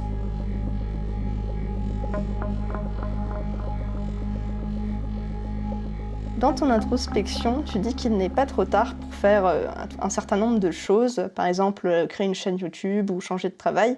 En ce qui me concerne, j'ai un gros manque de souplesse à ce niveau. J'ai l'impression que mes activités devraient être absolues, sinon rien. Par exemple, j'ai commencé les arts martiaux à l'âge de 17 ans, mais il y a une part de moi qui me dit « ça aurait été mieux si tu avais commencé ça à 8 ans et grandi avec, comme ça tu te serais perfectionné, ça t'aurait laissé bien plus de temps avant que tes capacités de ton corps commencent à décliner. » Et est-ce que toi, tu as rencontré ce problème avant dans ta vie ? Est-ce que d'après toi, le fait de devenir plus souple à ce niveau serait lié au développement de SE ? Et est-ce que tu as des expériences ou des conseils à partager à ce propos pour encourager les INJ psychorigides qui nous écoutent à sortir de leur représentation parfaite de NI ? Psychorigide, c'est un mot que j'ai entendu plusieurs fois dans ma vie. Ouais. Oui, c'est possible que SE intervienne là-dedans. Je pense à partir du moment où tu ressens l'urgence de vivre tant que tu peux encore le faire, tant que tu es encore là, que tu es en bonne santé et que du coup ça va te faire passer à l'action. C'est un peu ce que j'ai raconté dans mon introspection ce jour où j'étais dans ma voiture et que j'ai eu cette révélation. Mais je pense que NI est quand même très utile aussi pour ça, parce que moi je trouve que NI, c'est peut-être SI aussi, je sais pas, mais en tout cas NI surtout, c'est quand même une fonction idéale pour accepter le processus de gratification différée, c'est-à-dire le fait d'accepter de construire quelque chose pendant un moment sans forcément obtenir une récompense immédiate. Parce que grâce à la vision qu'on développe avec NI, on sait que ça va venir plus tard. Donc je trouve que NI aide pas mal avec ça, parce que pour par exemple des SP ou des NP, ça va être un peu plus compliqué. Parce que leurs récompenses viennent plutôt avec la recherche de stimulation toujours renouvelée, donc eux ils vont pouvoir le faire, mais ça va leur demander beaucoup plus d'efforts pour construire quelque chose sur du long terme et s'y tenir. Donc l'axe NISE bien utilisé, je trouve que c'est déjà un gros atout, en tout cas en ce qui me concerne.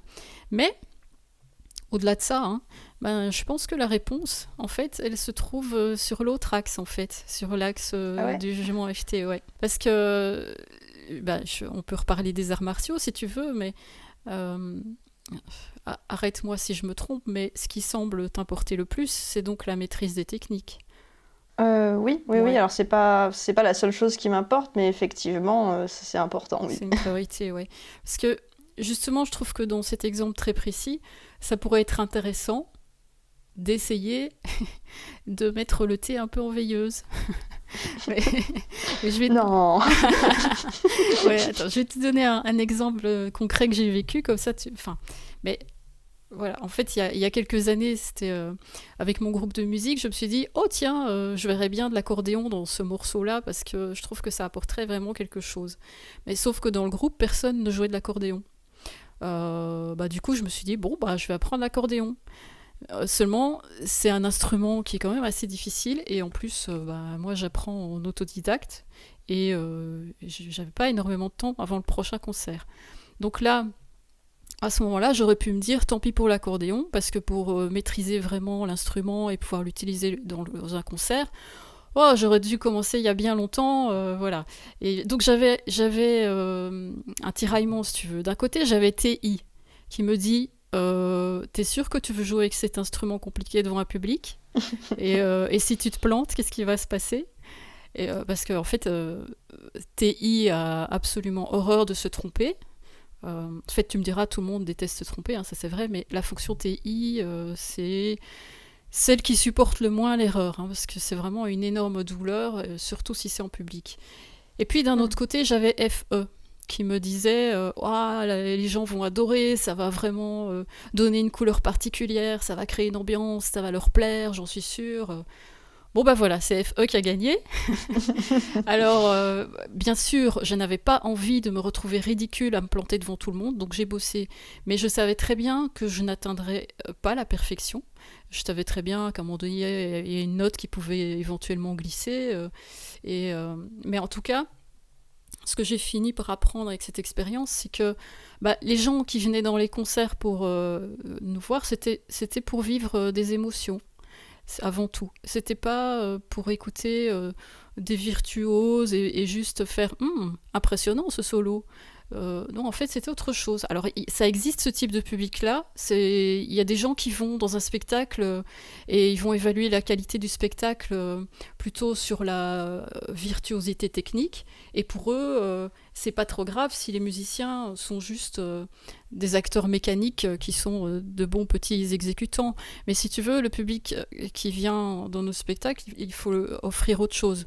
Et en même temps, même si chaque membre du groupe a envie de jouer le mieux possible, c'est pas ça, mais en tout cas la priorité c'est toujours l'expérience émotionnelle et le fait que les gens viennent nous dire après qu'ils ont vécu un super moment, voir les étincelles dans les yeux, les sourires, tout ça, enfin bref, tout ça c'est du nectar pour mon FE, et donc voilà pourquoi c'est assez facile pour moi de démarrer quelque chose plus tard, parce que même si je me dis que je n'atteindrai pas l'excellence, que j'aurais pu atteindre en commençant bien plus tôt, je sais que je vais pouvoir viser un autre type de résultat qu'un résultat purement technique. Alors évidemment, ce que je viens de dire là, c'est valable pour les INFJ qui acceptent de lâcher le perfectionnisme NITI, mais en se rappelant qu'ils ont aussi un FE qui peut faire des étincelles, parce que parfois on oublie un peu. Mais pour les INTJ, oui, c'est peut-être un peu moins évident, puisqu'ici, vous, c'est évidemment être capable de solliciter et d'assumer votre fonction tertiaire FI et de vous dire, ok, par exemple te dire, oui, je peux pas être aussi performante dans mes mouvements que si j'avais commencé à 8 ans, mais dans le fond, est-ce que c'est vraiment important ? Comment je me sens ? Est-ce que ça me fait du bien, cette activité ? Est-ce que j'en tire du plaisir quand même si ma technique n'est pas parfaite ? Et moi, en fait, je demande toujours aux gens, tu vois, parfois, il y a des gens qui hésitent à commencer, j'avais déjà eu ça dans des cours de musique, par exemple, apprendre un instrument de musique alors qu'ils ont un certain âge. Et ils disent, mais non, j'aurais dû apprendre le solfège quand j'étais petit et tout ça. Je dis, mais qu'est-ce que vous voulez faire ? Je dis, vous voulez devenir un professionnel, aller faire des concours, ou bien simplement, est-ce que vous avez envie de vous offrir un loisir qui va vous faire du bien ? Ça va être pour votre bien-être, vous prendre du plaisir, tout ça. Donc, c'est là où je pense qu'il faut commencer par définir ses objectifs, quoi. Pourquoi on fait ça ? Et je pense que l'axe de développement, il est surtout là. Évidemment, je sais pas, c'est peut-être moins facile à accepter que le développement de SE. Finalement. Je pense qu'un problème qu'on a, nous les INTJ, c'est qu'en fait, on a tendance à fixer nos standards en fonction de la moyenne des autres personnes. Par exemple, si moi, je veux faire des arts martiaux, pour évaluer mon niveau, je vais regarder la justesse de mes techniques par rapport à une base standardisée. Je vais me dire, une personne qui a la même expérience que moi, en moyenne, quel niveau elle a à ce moment-là. Sauf que si jamais on a un truc de différent, par exemple dans mon cas je suis dyspraxique, c'est quelque chose qui est dans le domaine de FI pour dire c'est ma singularité, c'est cet aspect de moi qui ne colle pas avec la norme, mais ça c'est vachement difficile à reconnaître. En fait, du coup on va se fixer des objectifs qui ne correspondent pas à notre profil réel, et du coup on va tout le temps être frustré parce qu'il va toujours y avoir un décalage. En tout cas c'est mon cas. Avec le temps ça s'est calmé parce que je suis un peu équilibrée, puis au bout d'un moment je me disais bon, j'ai le choix entre être frustrée à l'infini ou apprendre à calmer un peu le jeu, mais c'est toujours quelque chose qui reste un peu, que je vais mettre beaucoup de temps à résoudre pour de bon. Mais voilà, j'ai l'impression qu'il y a pas mal ce côté-là, on se fixe des objectifs qui ne sont pas concordants, qui depuis l'extérieur n'ont pas l'air particulièrement ambitieux, mais qui ne sont pas forcément en adéquation avec vraiment nos capacités ou nos envies. Et ça, on met du temps à se rendre compte. Ouais. Mais quand même, même les moments où tu n'arrives pas, disons, à atteindre le niveau que tu veux avec tes techniques, est-ce que tu es quand même capable d'apprécier le plaisir ou le bien-être que ça peut te procurer ? Oui, justement, quand j'oublie cette dimension, c'est vraiment la grosse éclate. C'est plus dans des situations... En fait, les situations qui me font stresser aux arts martiaux, c'est plus quand je travaille avec les autres gens. Ouais, oui, c'est ça, que quand je travaille toute seule ou face à un partenaire, par exemple, quand on fait des katas au karaté, c'est des genres de combats codifiés. En fait, on est tous alignés les uns à côté des autres et on fait le truc, et donc tout le monde doit aller au même rythme. Et là, je me rends compte que je vais pas au même rythme que les gens, mais si je m'entraîne toute seule à faire mes katas, je m'en fous, quoi. Parce qu'il y a que moi, quoi. Oui, la comparaison au monde extérieur, évidemment, c'est plus problématique.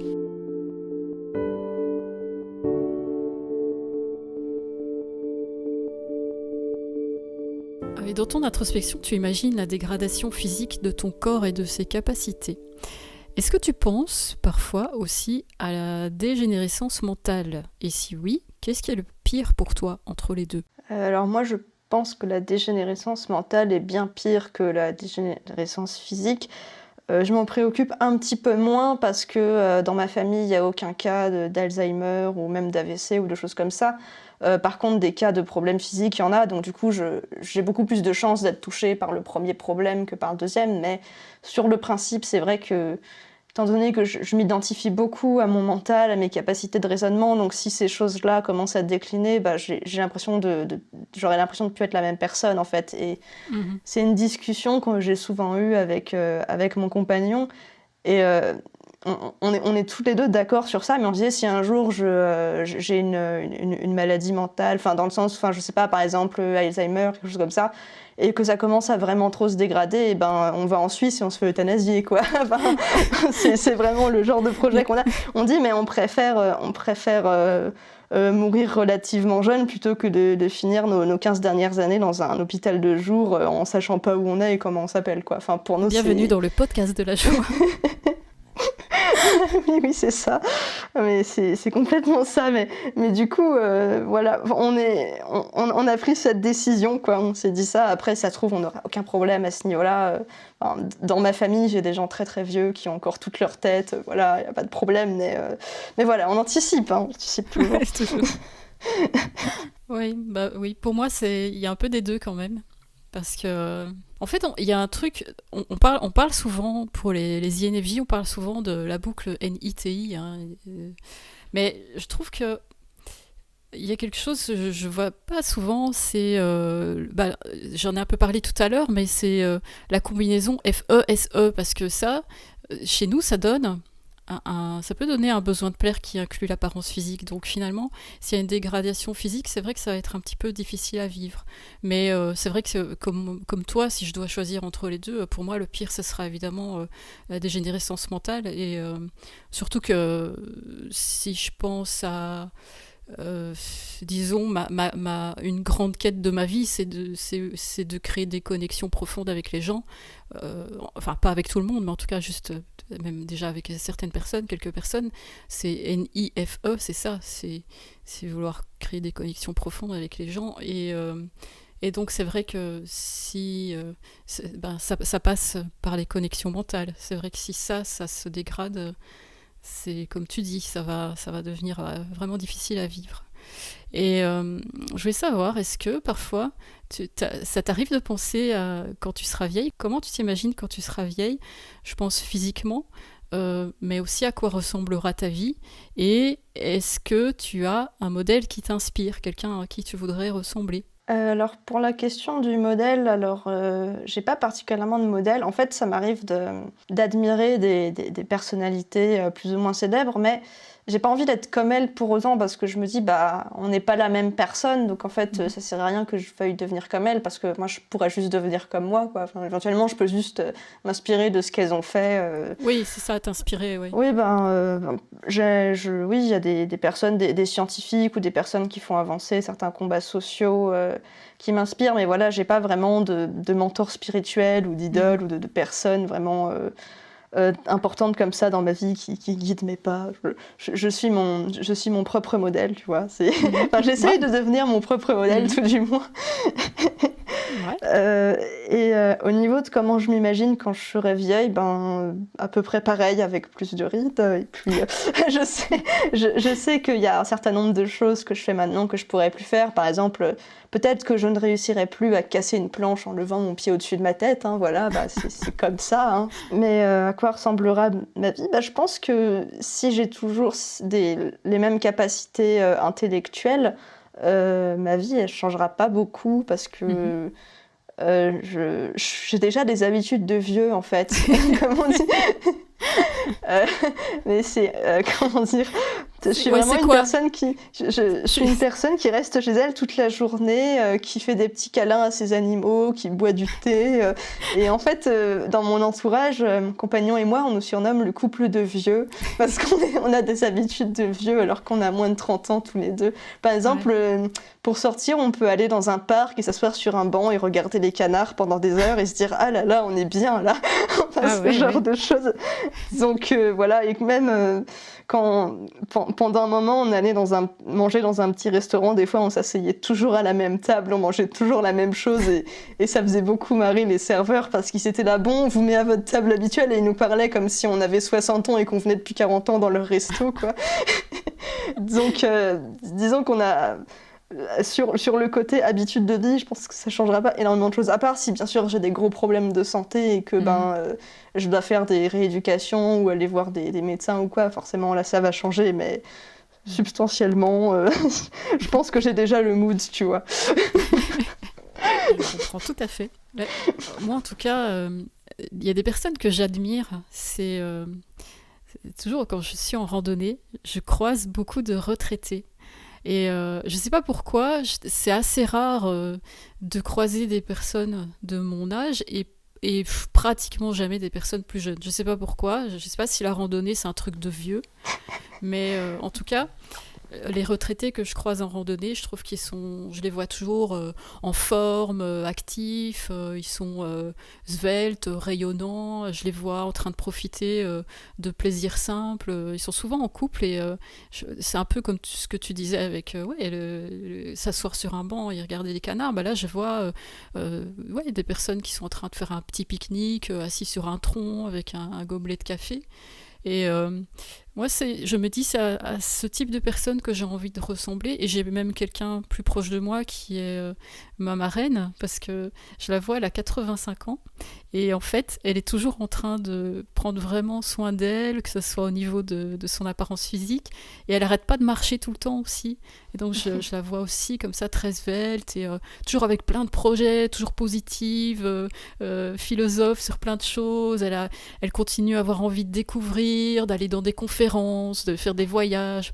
Voilà, juste une vie qui est beaucoup trop sociale pour moi, mais sinon, en gros, le reste, ça m'inspire pas mal. C'est ce type de personne que j'ai envie de ressembler, en tout cas. Je voulais savoir aussi, quels critères feront que tu te considéreras vieille ? Et plus largement, sur quels critères tu te bases pour percevoir quelqu'un comme étant vieux ? Alors, j'ai pas de critères particuliers. Enfin, je veux dire, je divise pas le monde entre les vieux et les pas vieux, et puis au bout d'un moment, il y a un point de non-retour. Enfin, j'ai du mal à déterminer, c'est plus au cas par cas. Pour moi, la vieillesse, être vieux, c'est à la fois physique et psychologique, je trouve. J'ai vu des personnes âgées qui étaient des adolescents dans leur tête, aussi bien d'un point de vue positif que négatif. Par exemple, je me souviens une année avec mes parents, on est partis au ski dans un village de vacances et je skiais avec un club d'adolescents, donc on avait entre 13 et 17 ans, plus l'animateur. Et il y avait une dame qui skiait avec nous. Alors, elle n'était pas vieille, elle devait avoir 50 ans, mais pour moi, qui était une petite ado, pour moi c'était vieux quoi à cette époque. Et en fait, je la voyais skier avec nous et en fait, j'avais pas vu son visage au début parce qu'elle portait un casque et puis elle parlait avec les autres ados et tout. Puis au bout d'un moment, on fait une pause et là, elle retire son casque et je me dis mais c'est qui elle ? Pourquoi elle est dans le club ado ?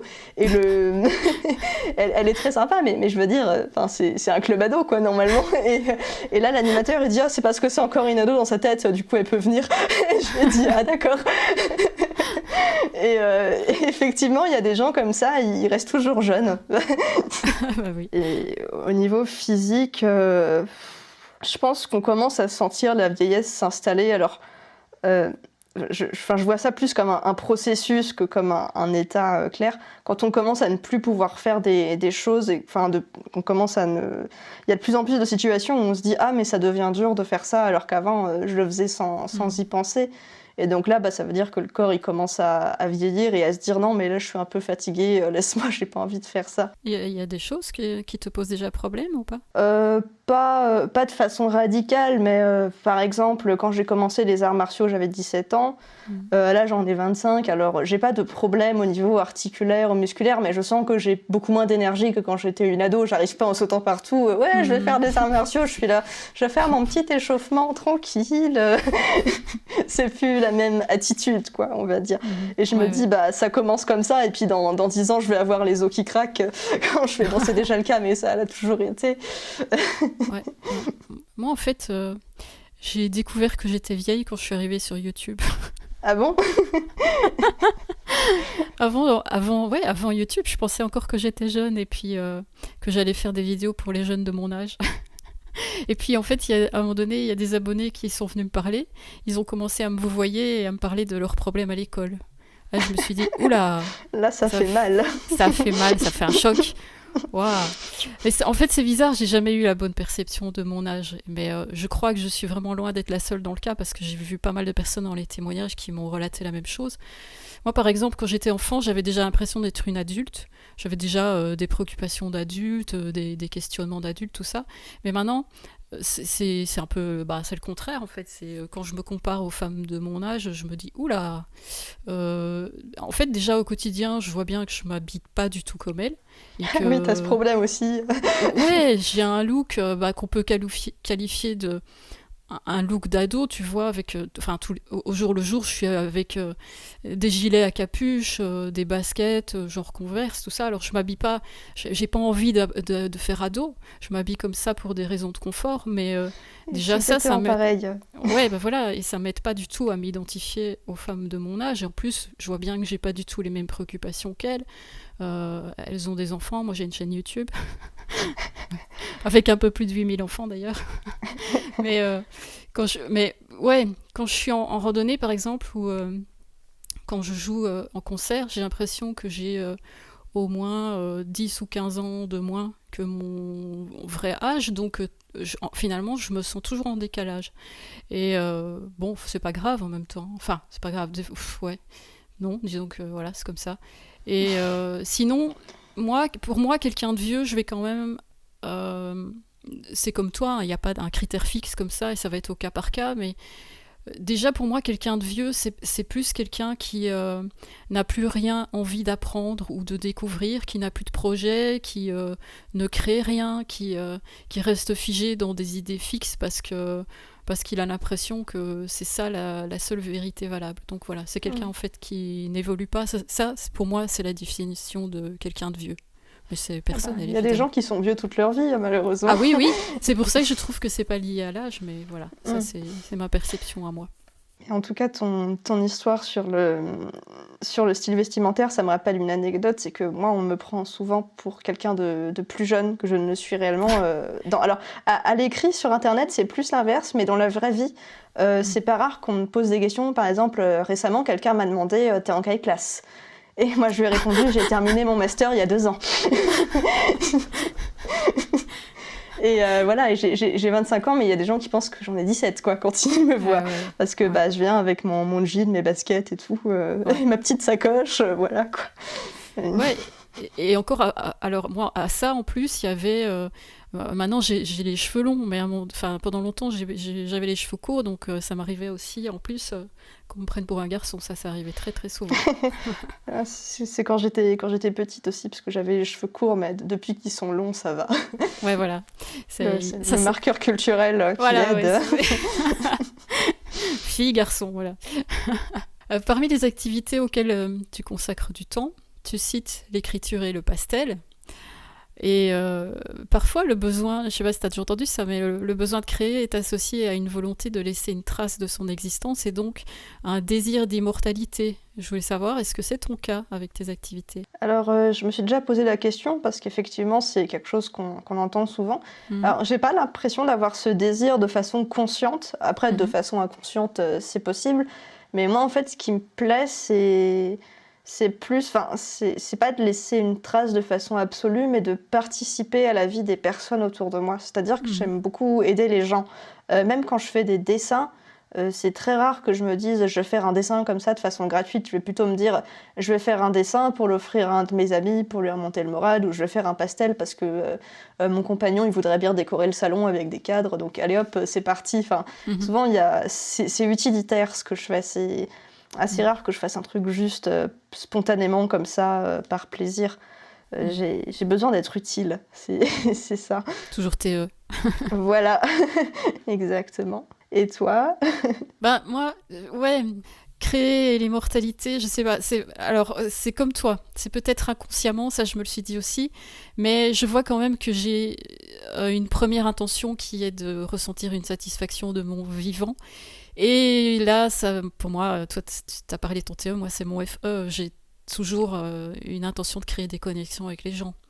Et si tu veux, pour moi, créer des connexions avec les gens, c'est une façon aussi de retarder la mort. Ça me procure un sentiment de sécurité par rapport à ça. D'accord. Et voilà. Et sinon, je sais aussi que créer, ça va me permettre de rester plus longtemps alerte physiquement et mentalement. Voilà. Mais en tout cas... Oui, moi aussi. Ouais.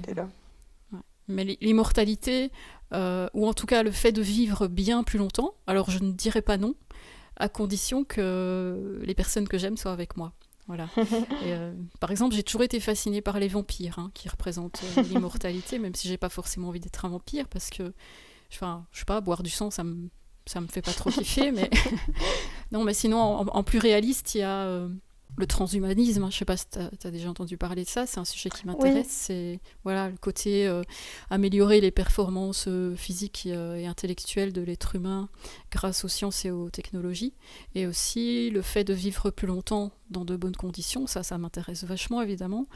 Et il y a un truc que je trouve intéressant dans le courant transhumaniste, c'est qu'ils disent que la mort devrait être considérée comme reconnue en tant que maladie et qu'on devrait y consacrer des fonds de recherche comme pour toute autre maladie. Ça, j'aime beaucoup cette idée. Ouais, je trouve ça intéressant. Après, je serais pas contre le fait de vivre plus longtemps en bonne santé, surtout en bonne santé.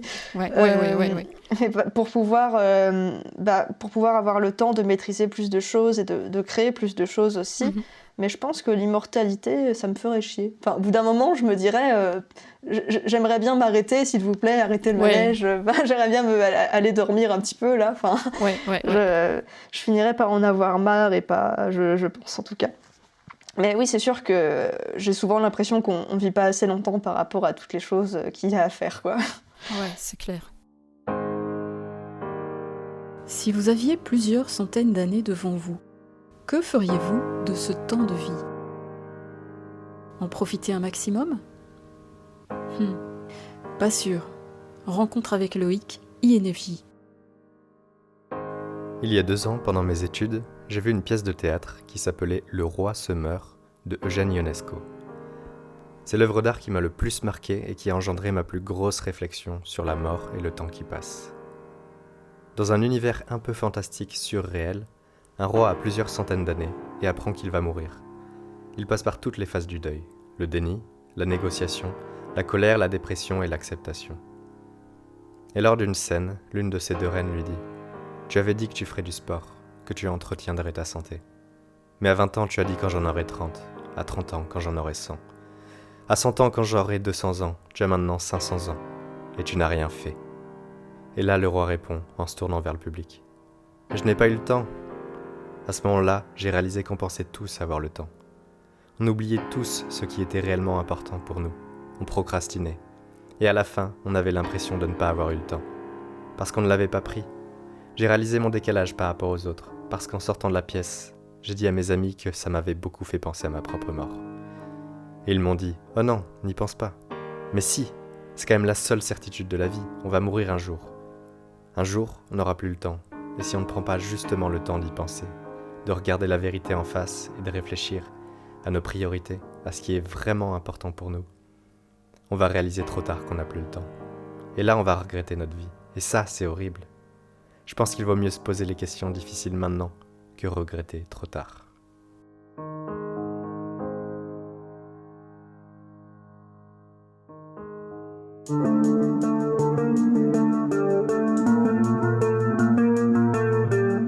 Comme dans chaque épisode, on va vous proposer de prolonger la réflexion sur le sujet qu'on vient de traiter.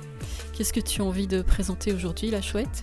Alors aujourd'hui, je vais présenter un film de David Fincher qui est L'étrange histoire de Benjamin Button. Donc c'est un film sorti en 2008 qui dure presque 3 heures, qui parle de la vie de Benjamin Button. Donc c'est un homme qui a la particularité de vieillir à l'envers, c'est-à-dire qu'il naît avec la peau toute fripée comme un vieillard, et puis il se retrouve en fauteuil roulant ou avec une canne en étant enfant, et en fait plus il va avancer en âge et plus il va rajeunir et devenir vigoureux. Et donc c'est un film qui parle de l'histoire de sa vie, de toutes les anecdotes, toutes les péripéties qui lui arrivent. Donc à sa naissance, il y a sa mère qui meurt et son père qui trouve l'enfant forcément très hideux, l'abandonne devant une maison de soins.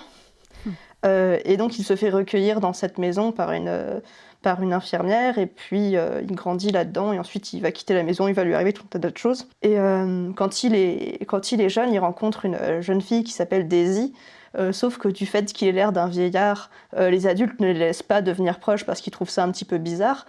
Donc du coup, il va tomber amoureux d'elle, mais il va pas pouvoir gérer la relation avec elle, et il va recroiser cette fille durant plusieurs périodes de sa vie. Et donc on va voir leur relation évoluer tandis que leurs âges évoluent en parallèle et finissent par se croiser à un certain moment. Donc c'est un film très intéressant, assez mélancolique, mais pas trop non plus, donc que j'ai beaucoup apprécié. Il y a quelque chose qui m'a pas mal marqué dans ce film, que j'ai trouvé assez curieux, c'est que les gens n'ont pas l'air particulièrement surpris par la particularité de Benjamin. C'est-à-dire que dans la vraie vie, s'il y avait quelqu'un comme ça rameuterait tous les médias, il y a des scientifiques qui iraient l'étudier et tout, qui se diraient « Oh mon Dieu, c'est un phénomène » et tout. Mais là, les gens qui le croisent, alors forcément, quand ils le croisent juste à un moment de sa vie, ils peuvent pas se douter, mais il y a quand même des gens qui le côtoient pendant plusieurs années. Et les gens, ils ont l'air de pas trop calculer, en fait, qui vieillit à l'envers, à part vraiment les gens qui s'occupent de lui, genre sa mère adoptive et tout ça. Et j'ai trouvé ça assez marrant, en fait, cette espèce de quasi-indifférence, où les gens, voilà, au pire, ils sont un peu surpris, mais ils sont pas hallucinés, quoi.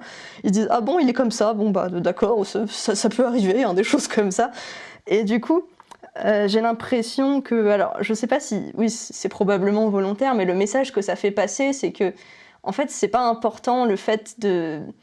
Enfin, c'est pas le fait que Benjamin vieillisse à l'envers qui est important, mais c'est le fait qu'il subit des changements d'état dans sa vie, comme tout le monde. Et même s'il les subit à l'envers, il va quand même rencontrer des problèmes et il va quand même devoir anticiper les changements d'état qui vont lui arriver dans le futur. Ça va être une source d'angoisse. Il va devoir prendre des décisions dans sa vie en fonction de ça. Et tu te dis que finalement, que la vieillesse, qu'il y ait de la vieillesse ou pas à la fin de ta vie, ça change rien. T'es pas plus heureux parce que t'es plus jeune finalement. Et ce qui nous dérange le plus, c'est moins la vieillesse que le changement, quoi, du coup, j'ai l'impression. Ouais. Enfin, c'est l'impression que j'ai eue en regardant ce film, en tout cas. Ouais, et puis il y a une histoire une relation où ils vont finalement pouvoir juste se croiser. Ouais, c'est ça. Ça, c'est triste pour mon FE. Moi aussi, j'étais plutôt triste. Bon, après, je me protège émotionnellement devant ce genre de film. Je me détache pour pas trop souffrir. Eh bien, merci. Moi, aujourd'hui, je vais vous parler d'un mouvement qui est apparu en 2011 aux États-Unis, qui s'appelle le mouvement Death Positive, qui consiste à envisager la mort en tant que point commun qui nous unit tous, et donc à l'accepter comme une réalité plutôt que d'en avoir peur et de se complaire dans le déni. Voilà, ça m'a bien parlé. Et être Death Positive, c'est donc se préparer le mieux possible à la mort, psychologiquement comme matériellement. Alors, ce mouvement, il a été fondé par une femme qui s'appelle Caitlin Doughty et qui propose des articles de blog, une chaîne YouTube, un podcast. Évidemment, tout ça, c'est en anglais, mais ça commence aussi à arriver côté francophone. Donc, si c'est une thématique qui vous préoccupe, comme moi, et que vous cherchez à appréhender la mort avec un peu plus de sérénité, eh bien, aujourd'hui, je vous propose un pack Death Positive avec 3 options. Donc, option 1, il y a en français donc la chaîne YouTube Le Bizarreum, qui est une chaîne non pas de lifestyle, mais de death style. Et il y a bien une playlist qui s'appelle Mourir en beauté. Mais la spécialité de Juliette, qui fait les vidéos, c'est surtout de décortiquer la mort sous l'angle de l'anthropologie, de l'archéologie et aussi de la thanatologie, qui est l'étude scientifique de la mort. Donc le Bizarreum est fait pour vous si vous aimez la vulgarisation scientifique. Vous pourrez par exemple trouver des vidéos sur que sont devenus les corps du Titanic, sur les traditions mortuaires à travers le monde, ou encore sur comment analyser un squelette. Alors dans l'option 2, je vais vous parler de Mortel, qui est une série de podcasts en 17 épisodes. Parmi les sujets traités, vous trouverez donc par exemple le deuil, les expériences de vie imminente, la vie après la mort, et vous pourrez aussi découvrir des choses un peu plus étranges, comme par exemple que les zombies existent réellement sur l'île d'Haïti. Alors c'est pas les zombies comme vous pouvez les imaginer dans les films, mais là-bas il y a un processus de zombification des gens qui est une sorte de justice parallèle organisée par des sociétés secrètes et qui existe pour punir des personnes qui sont jugées comme étant néfastes. Alors c'est complètement illégal, mais pourtant ça existe bel et bien, et c'est assez hallucinant d'écouter les détails sur comment se déroule le rituel. C'est assez glauque de se dire que ça existe. C'est donc on transforme des gens en zombies, c'est-à-dire qu'on leur enlève leur faculté intellectuelle. Mais bon, je ne vais pas vous en dire plus, je vous laisserai découvrir ça. Voilà, si vous aimez les curiosités, je vous recommande cette série de podcasts. Et en plus, moi, j'aime beaucoup le ton et la réalisation. Je vous laisse découvrir ça.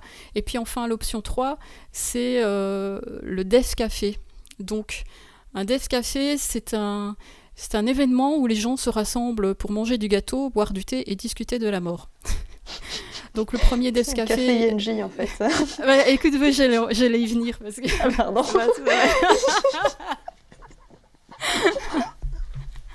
C'était la conclusion de mon truc, mais...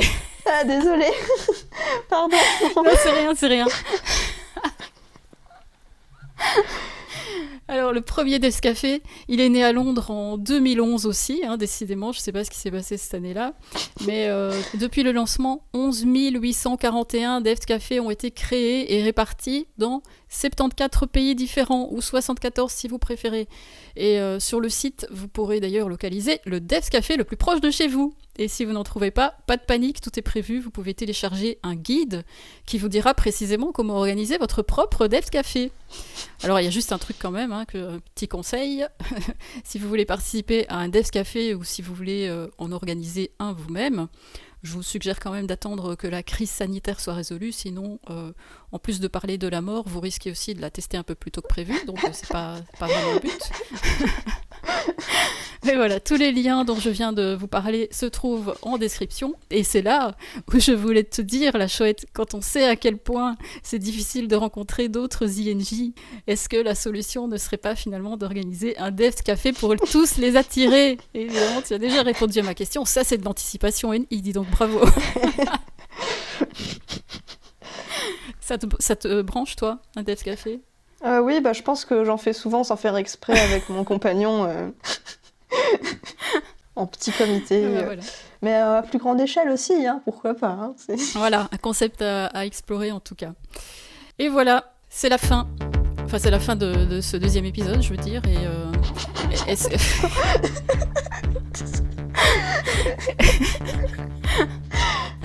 c'est la façon dont tu l'as dit, c'est la fin. Est-ce qu'on ose leur donner rendez-vous dans 2 vendredis à 22h? Est-ce qu'on ose? Oui, on peut. Ouais. Allez, on ose. Les survivants pourront venir. Ah voilà. Les zombies et les survivants sont les bienvenus, les vampires aussi. Freaks. Eh bien, si vous voulez encore plus de podcasts déprimants, un pouce bleu. Si vous voulez saper le moral de quelqu'un que vous n'aimez pas, n'oubliez pas de partager ce podcast. Et si toi aussi tu veux rejoindre le cercle de ceux qui se regardent pourrir dans le miroir, abonne-toi maintenant et n'oublie pas d'activer la cloche avant qu'elle ne sonne le glas. Et surtout, portez-vous bien quand même et à bientôt.